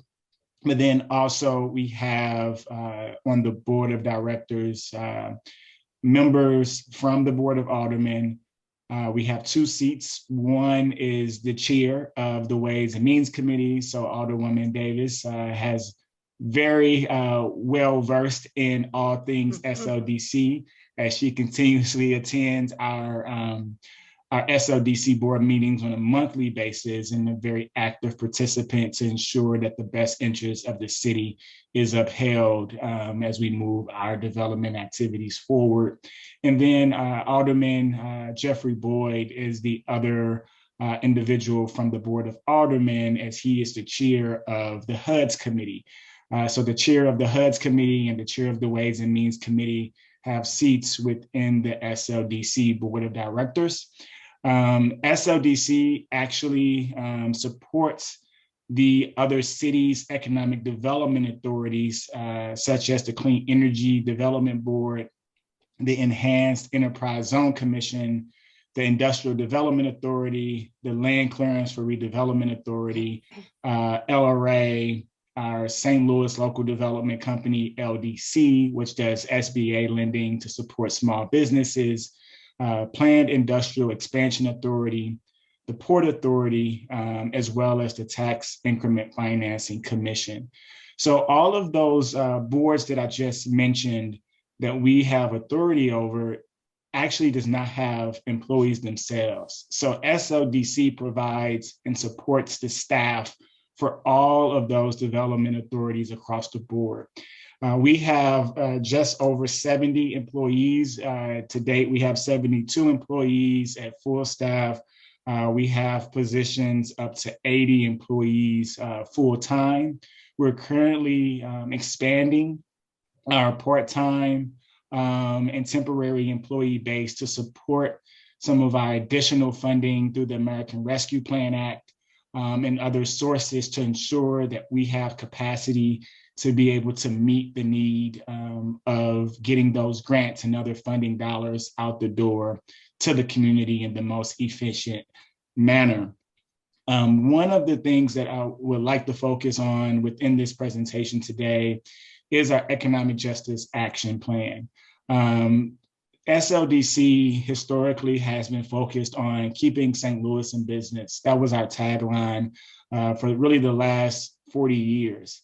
And while that is important mission for us to be focused on, we also have an additional opportunity to empower, develop, and transform the city of St. Louis through a vibrant, just, and growing economy in which all of our residents, our businesses, and neighborhoods can thrive.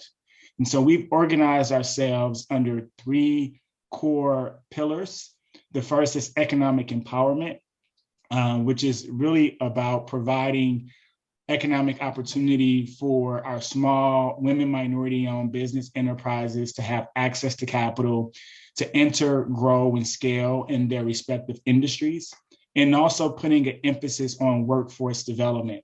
We understand the St. Louis Agency for Training and Employment provides great programs and resources to move the needle, but also SLDC has a role because we are working on an ongoing basis with the private sector on connecting those businesses, those employers to employees. And so we see ourselves at SLDC as that conduit to create that pipeline of prosperity in that first pillar around economic empowerment. Our second core pillar is equitable and inclusive development.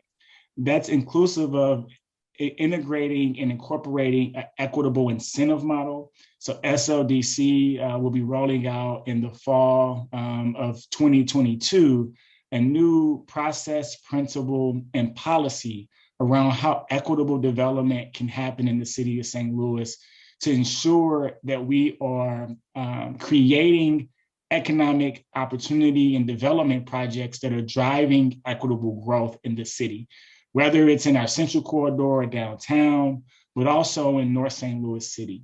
And so it's important for us to have a clear and transparent policy for our development community to understand, but also for our residents to understand how these development projects are driving equitable growth in which they can contribute towards and benefit from. And then the third pillar is neighborhood transformation.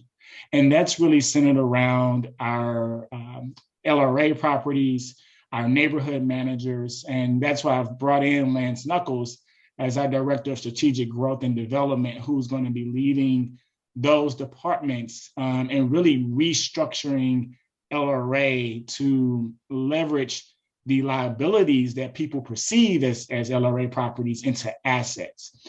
So with that, I would like to pass it over to Lance. If Lance, you can give a quick overview of the neighborhood managers, the role they will play in partnership with the neighborhoods and community-based organizations, and also your vision for LRA. Good morning, directors and commissioners. Thank you for the opportunity to speak to you all this morning. Again, my name is Lance Knuckles, and I do have the privilege of being the Deputy Executive Director for SLDC and Strategic Growth and Development, as well as the Director of LRA. As my director mentioned, I do have the privilege of leading a team of 8 neighborhood managers that is being developed as we speak.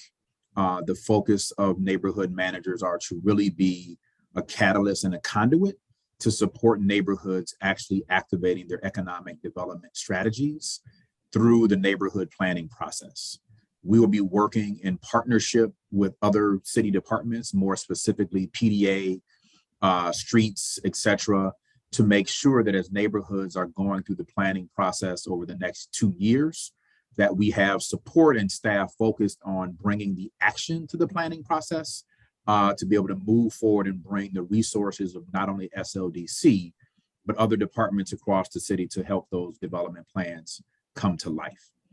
We also have the neighborhood managers working in concert with the neighborhood improvement specialist and other departments to ensure that we're collaborating, not only one to address what I'll call quality of life issues, but also to really start to coordinate how we bring partnerships into community.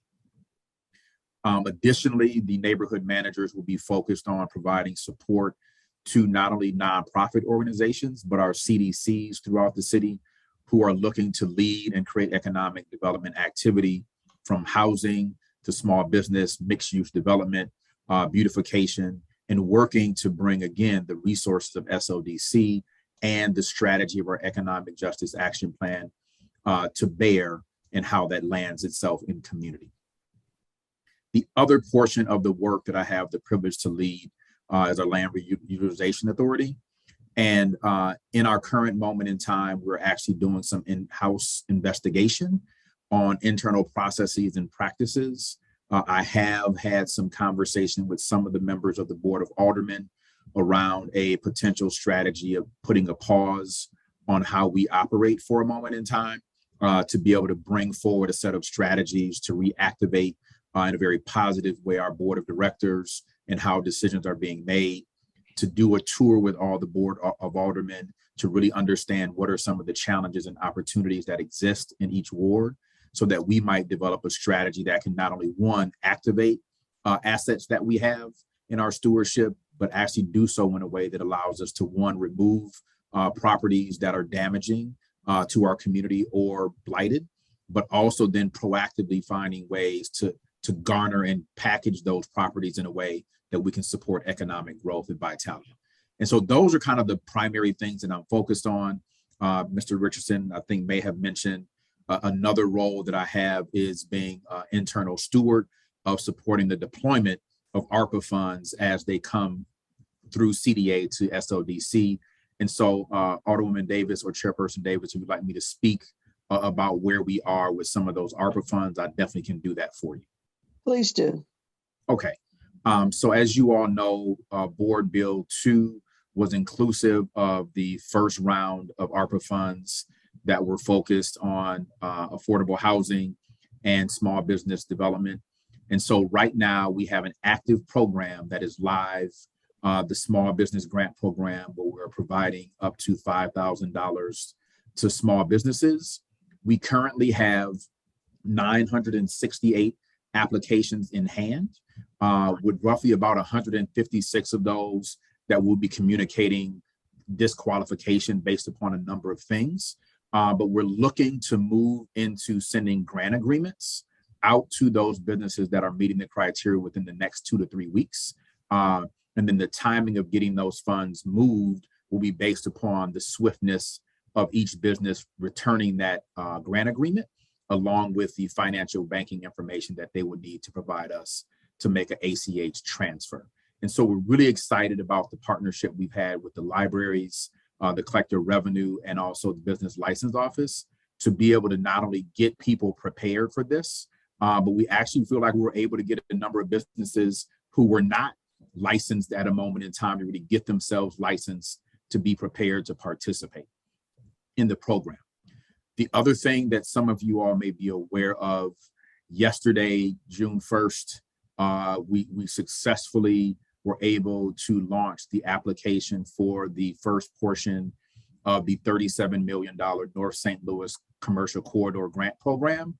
Those applications are live, and businesses and projects that are seeking to seek funding, those applications are live. And so we're really excited about not only, one, meeting compliance from our Board of Aldermen, but two, that we're in a position now to really allow our businesses to access those resources in a way that are beneficial for the growth and sustainability of North St. Louis. And so those are the things that are really active at this moment in time that I thought it'd be good to share with this committee.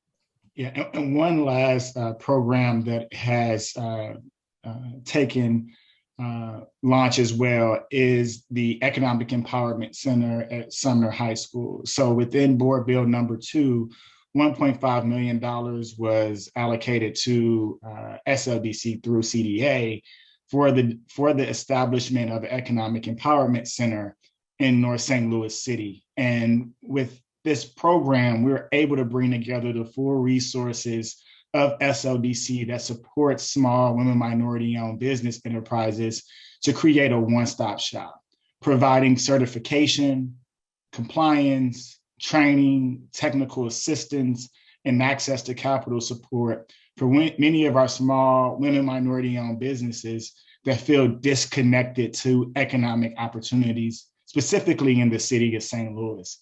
I've had conversations maybe with 7 different businesses around the certification process. How can we support them not only getting certified, but once they get certified, what do they do with that certification? How do they benefit from getting access to those incentivized projects or public projects that are funded by the city of St. Louis in which they can capitalize on this certification. And also the city of St. Louis can do our job of advancing economic opportunities for everyone, including our small and women minority-owned business enterprises. And so we are expanding capacity of our certification program. We are expanding capacity for compliance on our incentivized projects to ensure not only our WMBE goals are being met as established through the ordinances, but also our boots on the ground, which are our residency goals, to ensure that employment is happening at a prevailing wage, but also that employment is happening for our city residents. We have to prioritize our city residents if these projects are being funded by public city dollars. And so we have expanded resources for that. Portion of it is through the general operating expenses of SLDC, and then about half of it is funded through the Economic Empowerment Center piece to ensure that our WMBEs are getting access to economic opportunities. So with that, Madam Chairwoman, I'll pass it back over to you and the members of the committee to ask any questions that you have. Okay. Before we go there, can you just clarify a little bit more how you're funded? Yes, that's a great question. So SLDC does not receive any general operating or revenue funds from the city. Because we are a separate nonprofit agency, we actually establish our own revenue sources. We have about really 1/3 of our revenues or a result of economic development activity, which are coming from new market tax credit fees. And so SLDC, which is a best known secret in the city, is we have our own subsidiary of SLDC that applies for new market tax credits with the CDFI Treasury, the US Treasury, and we are actually receive the most allocation of any municipality across the country because of our ability to execute on getting these new market tax credit deals done. And the focus of new market tax credits is to stimulate job growth and job creation through economic development activity in low to moderate income census tracts. And so SLDC has been successful with the program. And as a result, we actually generate fees when we close these transactions that go to our operating expenses to support our administrative costs. We also have Port Authority leases that we generate some revenue from. That's about 1/4 of our salary.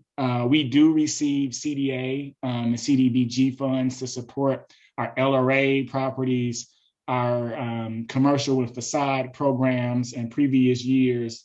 And then we also, a small portion is as a result of bond fees from issuance of TIFs or tax abatements and those sort of things. But that's a smaller portion of the overall operating revenue of SLDC.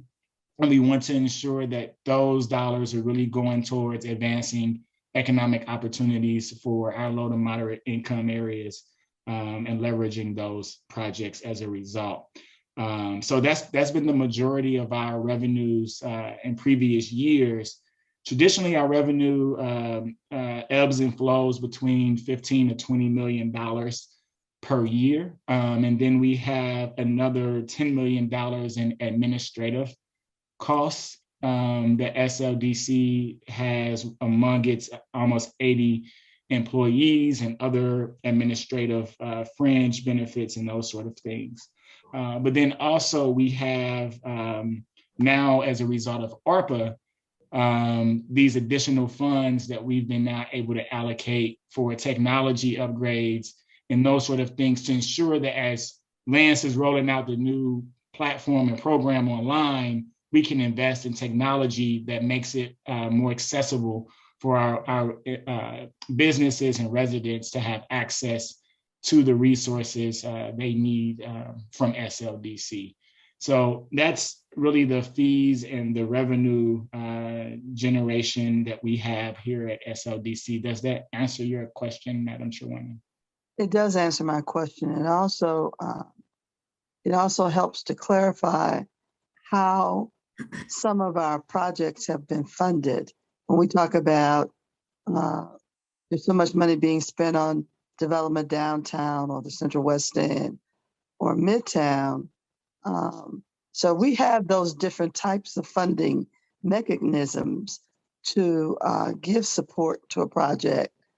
But I don't think most people understand at the end of the day, no city department or quasi-government department 100% funds anything that's developed. No, so actually I think maybe some of the misconception is that SLDC funds these projects or through tax incentives. There's a portion of the revenue that's foregone for future benefit for these tax incentivized projects. So we're not actually taking revenue out of the city of St. Louis. We're not taking revenue out of SLDC. We're actually generating revenue that can be reinvested in our city as a result of these economic development projects and economic development activity that happens within the city limits. True. So developers have to go to the bank and get a loan. They have to go and get a loan. That's correct. Yes. They have to pay for their developments. That's correct. So, okay. So what I'd like to do now is, if you have no other topics that you'd like to cover, I can move on to our committee members for questions. Alderman Vaccaro. Okay, he had to leave. Alderwoman Howard. Yes, nice to meet you, Mr. Richardson. Thank you very much for your detailed presentation. And I'm looking forward to some of these ARPA funds being distributed. I think this is a pivotal point for our city to reinvest and to incentivize and get the workforce going. Hopefully we can get people to work and revitalize the workforce. You do so much over there. It's just amazing. I do have one question. A few years back, they were looking at the Port Authority, expanding the Port Authority. And I know this is sort of off budget, but we've kind of went. Have you looked into that? I know right now you're really juggling a lot of balls, but have you looked into that? And is that something that maybe you would see pursuing that would be a benefit to the city overall? Yeah, so we are evaluating all of our tax incentives and taxing districts. And one of them is the Port Authority. I know there was an expansion when there was discussions around the MLS Stadium. That was prior to my administration taking hold, but we are having conversations around how do we leverage the Port Authority within its current district to support economic development projects. And not necessarily just looking at expanding it. What opportunities are within the limits that we currently have and boundaries that we currently have that we can support? And that's just not just downtown. I mean, the port goes along North City and South City as well. And so there's opportunities within the Port District that are further south that actually have some benefit in the industrial areas within South St. Louis City. And then also along the North Riverfront, there are some economic development activities that we really haven't leveraged to the best of our ability. And so I think we need to really focus on what's within our boundaries now. How do we do the best job with ensuring that we're doing appropriate planning and then implementing those plans effectively? And then we can explore how we expand it if needed. But we have other economic development tools that can help us meet those same goals without necessarily expanding the boundaries of the Port Authority itself. But right now, we're really prioritizing what's within the boundaries. How do we make the most impact what the Port Authority currently has jurisdiction over. Okay, I was just wondering because there was some movement to, encompass the whole city, which my understanding at the time was we would qualify for. So I just curious about that. So, and if it brings more revenue to the city and more development to the city, let's have it. Okay. Yeah, I'm definitely supportive of more North, development. south, east, west. We are a whole city. So exactly. I agree. We need, and I appreciate that. So thank you. That's all I have. Thank you very much. And again, nice meeting you, and thank you for the detail. And Mr. Knuckles, I appreciate your presentation also. Thank you. Thank you. All right, thank you. Alderwoman Spencer.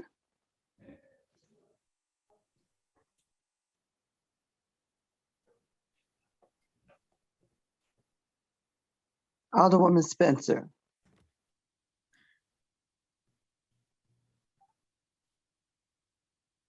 Alderwoman Boyd. No questions. Okay. Alderman Oldenburg. Certainly. Thank you, Madam Chairwoman. Neil, Lance, good to see you guys again. We've got two exceptional professionals here leading SLDC. I've known these guys in their prior life in the private banking sector and community development finance, and we are lucky to have them tending the ship at SLDC. So welcome, guys, and appreciate all the work you've been doing, Neil, since you've been hitting the ground running from the moment you kind of found the paper clips and staples over there. So appreciate the hard work, and good to see the both of you again. I just had a couple of questions around, you mentioned the operating budget. I know a little bit of the Port Authority does get subsidized a touch, but when you spoke about kind of the breakdown of revenue that drives operations at SLDC, new market tax credit fees was one of them. I mean, do you know exactly the size of that? Because I know you're acutely familiar with that program, knowing that it's certainly not permanent and that it is really a competitive application process year over year, whether we receive those credits and then benefit from the subsequent fees and development that we close on. But if SLDC goes through a drought, right, or the new market tax credit program goes away, shudder the thought. Or do you still envision absorbing your budget if for a while you don't have that fee revenue to continue to kind of put these ARPA dollars to work that I know you guys are working hard on, as well as execute on some of those plans, particularly the economic justice plan? Yeah, so Alderman Oldenburg, good seeing you as well, sir. Good to see a friendly face. So the new market tax credit fees, again, out of the 20 million, we estimate close to about 3 million or so of that being new market tax credit fees per year. However, we do have a reserve of those fees to ensure that if we don't receive new market tax credit allocation or deals begin to dry up, we do have adequate reserves to support those funding sources. But then that's also why it's very important for us to have other programs and grant opportunities that we continuously explore, whether it's ARPA, whether it's the brownfields, whether it's other state historic credits, federal historic credits, to ensure that we are bringing other resources to the table to support economic development, but also having ways for SLDC to generate additional revenue. One of the areas that I didn't hit on deeply was our local development company that also generates interest fees from SBA loans and 504A loans that we provide as well. So that's a portion, again, a smaller portion of our revenue, but we are looking to expand some of those programs as well, because that hits two needs. One, it's operating revenue, but then it also expands access to capital that's needed for many of these businesses that are in the startup phase or may not qualify today for traditional financial capital products. Got it. Great. That's helpful. Thank you. The other topic I wanted to address, and it's been brought up a little bit, is around incentives. And because as you know, right, when we're financially planning for the budget year over year, along with the budget director and the comptroller and the board of E&A, the providing incentives certainly, is part of that calculation in terms of out years of what we're expecting via revenue and expense. So I think incentives are a very germane topic to this committee. And I bring that up because I feel like there is some inconsistencies that at least are being reported on in the press. At least, my relationships and other aldermen in the development community feel that there's been a lack of consistency around and potentially retrading on various benefit packages to developers. I know that there is a strategic vision with the new administration and with you all, and that you are sort of turning a ship around slowly. And I do applaud that. I think there's laudable goals associated with that. But I think it is being felt, the ripple effect and disruption in the real estate development community amongst risk takers who felt like they had, dotted their I's and crossed their T's, only to be, retraded on with incentive packages. So maybe help speak to, with the neighborhood planning that you're rolling out and its use of incentives for that, as well as how do we kind of gather more consistency, because I know you believe in this. I know we want risk takers and investment in the city.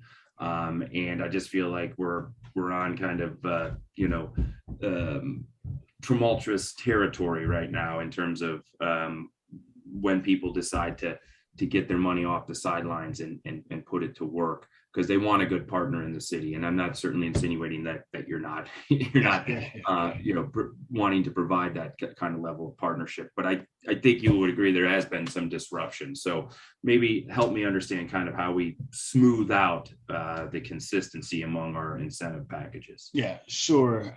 So first and foremost, we want to be more of an active partner in the city with these development projects, to really understand their financials, ensuring that they meet the but-for test, and ensuring that we're providing an adequate incentive package to get the deal across the finish line without the city having to take on additional burden of future revenue streams that can go towards the schools and other taxing districts, of course.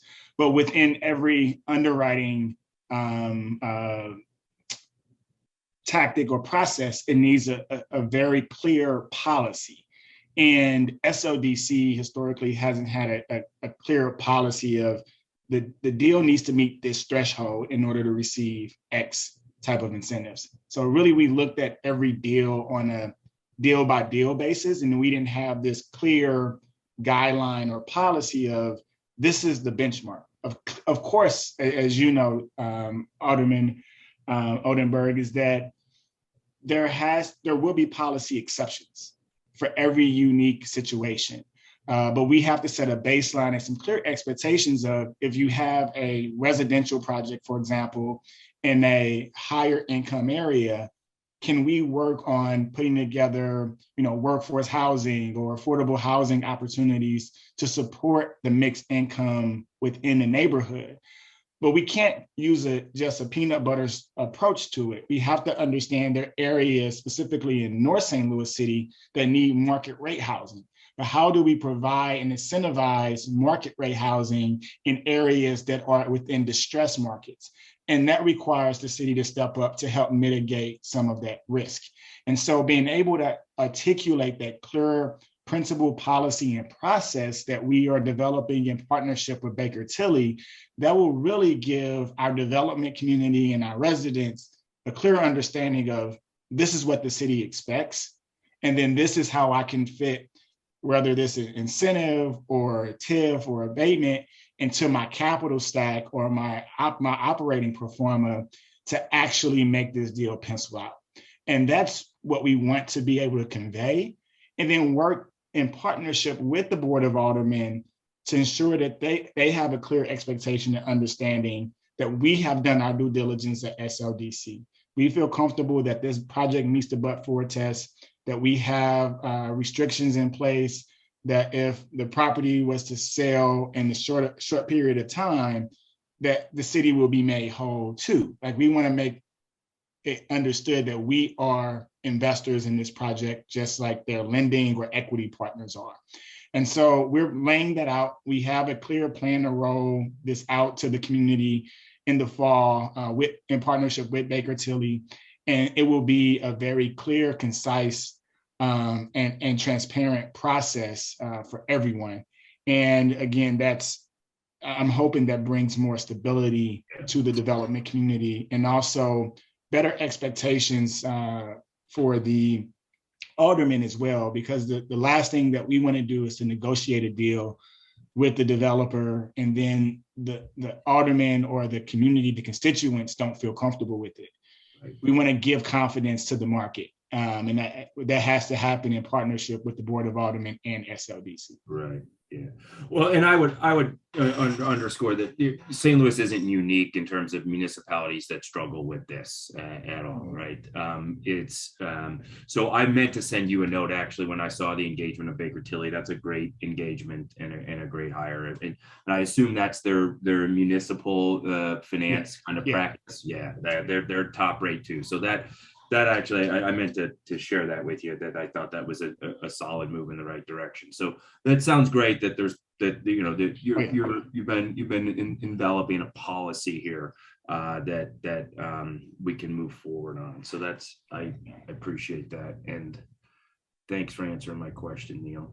The last thing I just wanted to touch on, and maybe it's still very conceptual, the framework, at least in your mind, is the mayor has at least verbally committed a good amount of the next ARPA proceeds to strategically target or be identified in North City. Again, I think right when you say that, it's hard for anyone to disagree with that. But as you know, always the devil's in the details. So I'm wondering what SLDC's role might be in facilitating that, not just kind of putting the dollars in an investment apparatus, but moreover, how do we leverage that to bring in more dollars? I mean, we're at the precipice of an opportunity we'll never probably see again in this city, where $500 million is coming into it. And I think it's important that our economic development professionals figure out, $100+ million dedicated to North City sounds great, but can we leverage 3 or 4 times that? That really makes the transformation that we want to happen. So I'm just curious on how you're kind of thinking through that, at least initially. Yeah, so that's a great question. And that's top of mind for me is how do we leverage this moment, this flexible capital, to really drive other public, private, and philanthropic dollars to make this not just a one drop in the bucket, but actually create a ripple effect across the entire city. And so we're actually having strategic conversations, SLDC is, with the business community, with the financial institutions, with the philanthropic community about the economic justice action plan and how they can actually participate in moving that agenda forward. Our grant dollars in the city of St. Louis, while we are the most philanthropic city in the country, we also fail to invest in economic development activity. So how do we actually leverage some of that those philanthropic dollars to compound and catalyze economic growth, where we invest, $1,000 for economic development activity compounded over time can create a 10x impact and effect. And so we have to be able to tell that story and have that clear vision to articulate to the private and philanthropic community of, these are the things the city's prioritizing. We're prioritizing investing in our low-income areas, investing in our Black communities that have been underserved and disadvantaged and marginalized for the history of St. Louis, to create and grow our population and grow our tax base. That's our mission and our focus. And that will help the entire city, because if we have a stronger tax base, if we have a stronger population growth, that increases opportunity for residents to frequent the 16th Ward. That creates more amenities within North St. Louis City. Rather than us having to compete with the county, we can have retail centers in North St. Louis City. We can have commercial centers in downtown area that people actually frequent and want to live, work, and play in.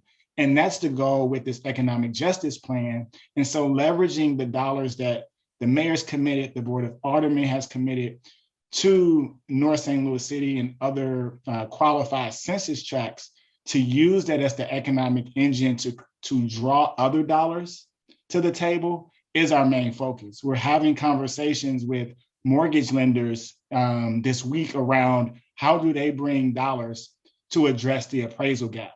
If the city of St. Louis is going to help subsidize housing, how do they bring their mortgage products to bear to actually create the economic impact that's necessary? Because without those products being at the table as we're developing these programs, they will fall short. And so we're having those strategic conversations with them, and we're pressing them to say, what are policies and principles that you have that have kept people out of the economic system that need to be there? And that's, again, why we framed it around economic justice, because that's where we see the greatest need and the greatest opportunity is to grow the entire city population and to help really grow our overall tax base. That's great. Madam Chair, I know I'm pretty sure I'm at my limit here of time, so I am. Neil, Lance, I appreciate you guys. That's all I have for right now, Madam Chair. Thank you very much for being here, guys, and answering our questions. Good seeing you, Tom. You too. All right. Alderwoman Middlebrook.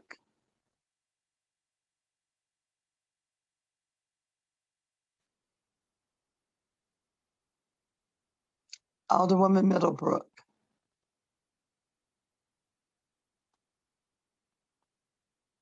Alderwoman Evans. Thank you, Madam Chair. And the presenters of today, Mr. Richardson and Mr. Knuckles. I'd like to ask, there's a question I have for Mr. Knuckles, and he had mentioned there were 8 neighborhood managers. Do you know offhand who those managers are? Alderwoman Evans, we are in the process of hiring a total of 8 neighborhood managers. Okay. Currently, I have 4 individuals, or actually 1 individual in that role and 3 other individuals who are reapplying. So our neighborhood improvement commercial district managers are reapplying to become neighborhood managers to make sure there's an equitable process, that I'm not just moving a person from one position to another, that they're actually competing along with other candidates.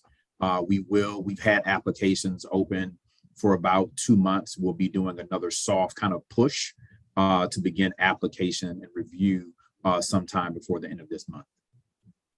Okay, thank you. And also, I know you had mentioned a beautification plan. Can you give us a little insight as to what that looks like, or especially for the north side? So I think right now I haven't fully built that out yet. I know myself and our chief of staff, Daphne Moore, are looking at ways to consider how we not only look at economic development approaches to create economics, but I think North City does require some alignment of how we manage and maintain LRA properties from one perspective. I probably had conversations with a number of automatic leaders around the upkeep of LRA property. But then I think it's also about when people in North City start to see a transformation in the lived landscape, it creates an opportunity for us to really attract other opportunities. We haven't finalized what that looks like, Alderwoman Evans, but we'll definitely keep you posted as that does formalize. Thank you. And I just want to thank you, Mr. Richardson, as well as Mr. Knuckles, for your detailed presentation today. With that, I turn it back to you, Madam Chair. Thank you. I'll go back once again to see if some of the alderpersons that didn't answer. Alderman Vaccaro. No, I'm fine. I'm just listening. So I'm fine, actually. Okay, thank you, sir. Uh, Alderwoman Spencer.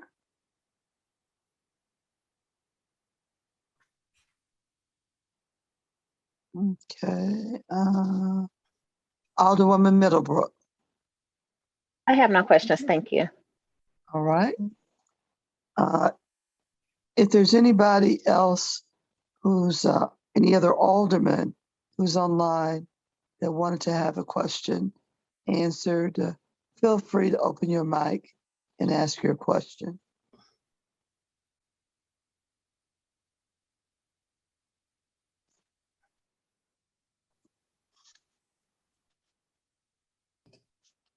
Okay. Hearing now, what I'd like to do now is to come back to you, Director Richardson. There was only one other thing that I wanted to ask you to give a little bit more explanation on, and that is, even though it is not talking about the monetary discussion of the budget, it was brought up. And I do know that a lot of times when something is mentioned, it ends up on social media and not quite accurate. So the Port Authority and its boundaries. I'd like for you to explain those boundaries and that benefit again. I'm going to add to it that according to state guidelines, we have the right and privilege of using our entire boundaries, like Kansas City, Springfield, and others that have ports or bodies of water. Go right ahead, sir. Thank you. And Chairwoman Davis, I can definitely share those boundaries with this full committee at a later date. I don't have those boundaries in front of me, but the majority of the boundaries is within the port district to stimulate economic development activity and also to protect the wharf. And so those are really the focus areas for the Port Authority, is to drive economic development activity along the port, whether it's transforming some of our locks and dams and other areas to ensure that, again, we are driving economic development growth within those areas. We have our own taxing district and jurisdiction where we can provide tax incentive, abatement, and others within that footprint. So it gives us more flexibility to be nimble and address some of the most immediate economic development needs within the port. The expansion of that Port Authority would give us, again, the flexibility that we have within those current boundaries across the entire city. I think that will take definitely some more strategic conversations to understand, what does that look like? What are the benefits of us expanding it? What's the cost of it? How will that impact our constituents? What authority is being provided? And what's the overall goal? Whenever I'm looking at making any changes, I want to make sure that it's data-driven and strategic and forward-thinking. And at this moment, we haven't explored actually expanding the Port Authority, but definitely willing to entertain any questions or comments, whether it's from this committee or others, around some of the benefits that would come from expanding that jurisdiction. Okay, I thank you. And you know me, I was very upset when I saw St. Charles getting those 3 projects out there that we could have had we had our ducks in a row. But those are the kinds of things that could be happening here. And we're missing a lot of opportunities. So, sir, you all have given us a great presentation, and I'd like to allow you to close out. Yeah, no, again, so thank you all for the opportunity, Madam Chairwoman, and the members of the Ways and Means Committee. As stated before, SLDC is in a very large transition period in which we're moving from not just doing traditional economic development activity to drive private investment, but also we're looking at how do we empower our residents and our local businesses to be part of the economic growth in the city. So again, appreciate you all's comments today and recommendations, and we'll definitely take those back as we continue to move forward our economic justice action plan. And Chairwoman Davis, look forward to seeing you at the SLDC board meeting. Yes, sir. Yes, thank you. All right, thank you very much. Appreciate it. Thank you. Bye-bye. So committee, we have now finished with our presentations that were on our agenda for today. I'd like to go through the committee one more time. If there's any discussion that needs to be had, there are a couple of things that I should probably do before I forget it. And that's to excuse the aldermen that were not present. I think it was only one, Alderman Boyd, and he did notify me that he wouldn't be present. So, Madam Clerk, please make a note of that. So noted. Okay, let's start with Alderman Vaccaro. No, everything's good. My concerns are obviously with refuge, and other than that, no, I'm just hanging out. Okay, sir. Thank you. Thank you. Alderwoman Howard.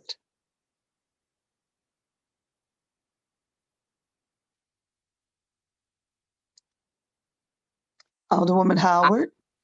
I keep forgetting to unmute. Put the camera on and I forget the other button. Thank you very much. I have nothing to add, and I apologize to the committee for being late today. That's okay. We understand. Thank you very much. Alderwoman Spencer.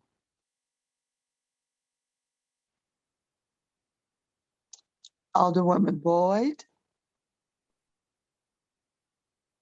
No questions or comments. Thank you. Alderman Oldenburg. No, thank you, Madam Chairwoman. An efficient meeting. Appreciate it. Okay. Alderwoman Middlebrook. Thank you, Madam Chairwoman. I have no questions or comments. Thank you. Okay. Alderwoman Evans. Thank you, Madam Chair. I have no questions at this time. It's been a Okay. great presentation. Okay, I appreciate that. We're planning to have our Saturday morning public hearing. Madam Clerk, Yes, do ma'am. you have any indication of how many people have signed up thus far? Not yet. I'm not sure. I know Okay. that it's still open, but I'm not sure. That's fine. I know some people wanted us to have it in person, but I noticed that even Dr. Davis, our health director, had her virtual public hearing yesterday. And if she's being cautious, we should be too.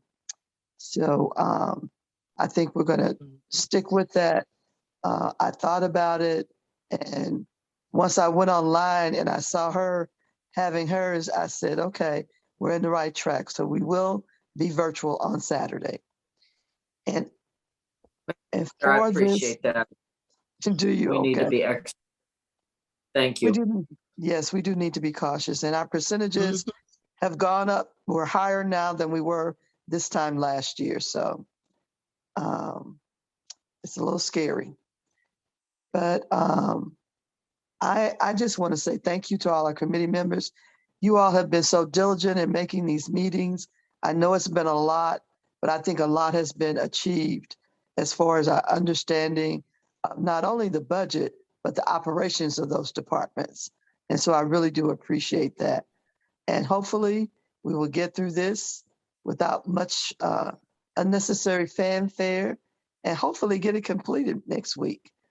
Again, I'll remind you, if you had any major concerns, but for the budget, that you consult with Paul Payne. He will help you put it in the appropriate format and or guide you in your understanding of your needs. And we don't want to wait till the last minute for that. But with that, I would like to call this meeting adjourned. Everybody have a blessed and safe day.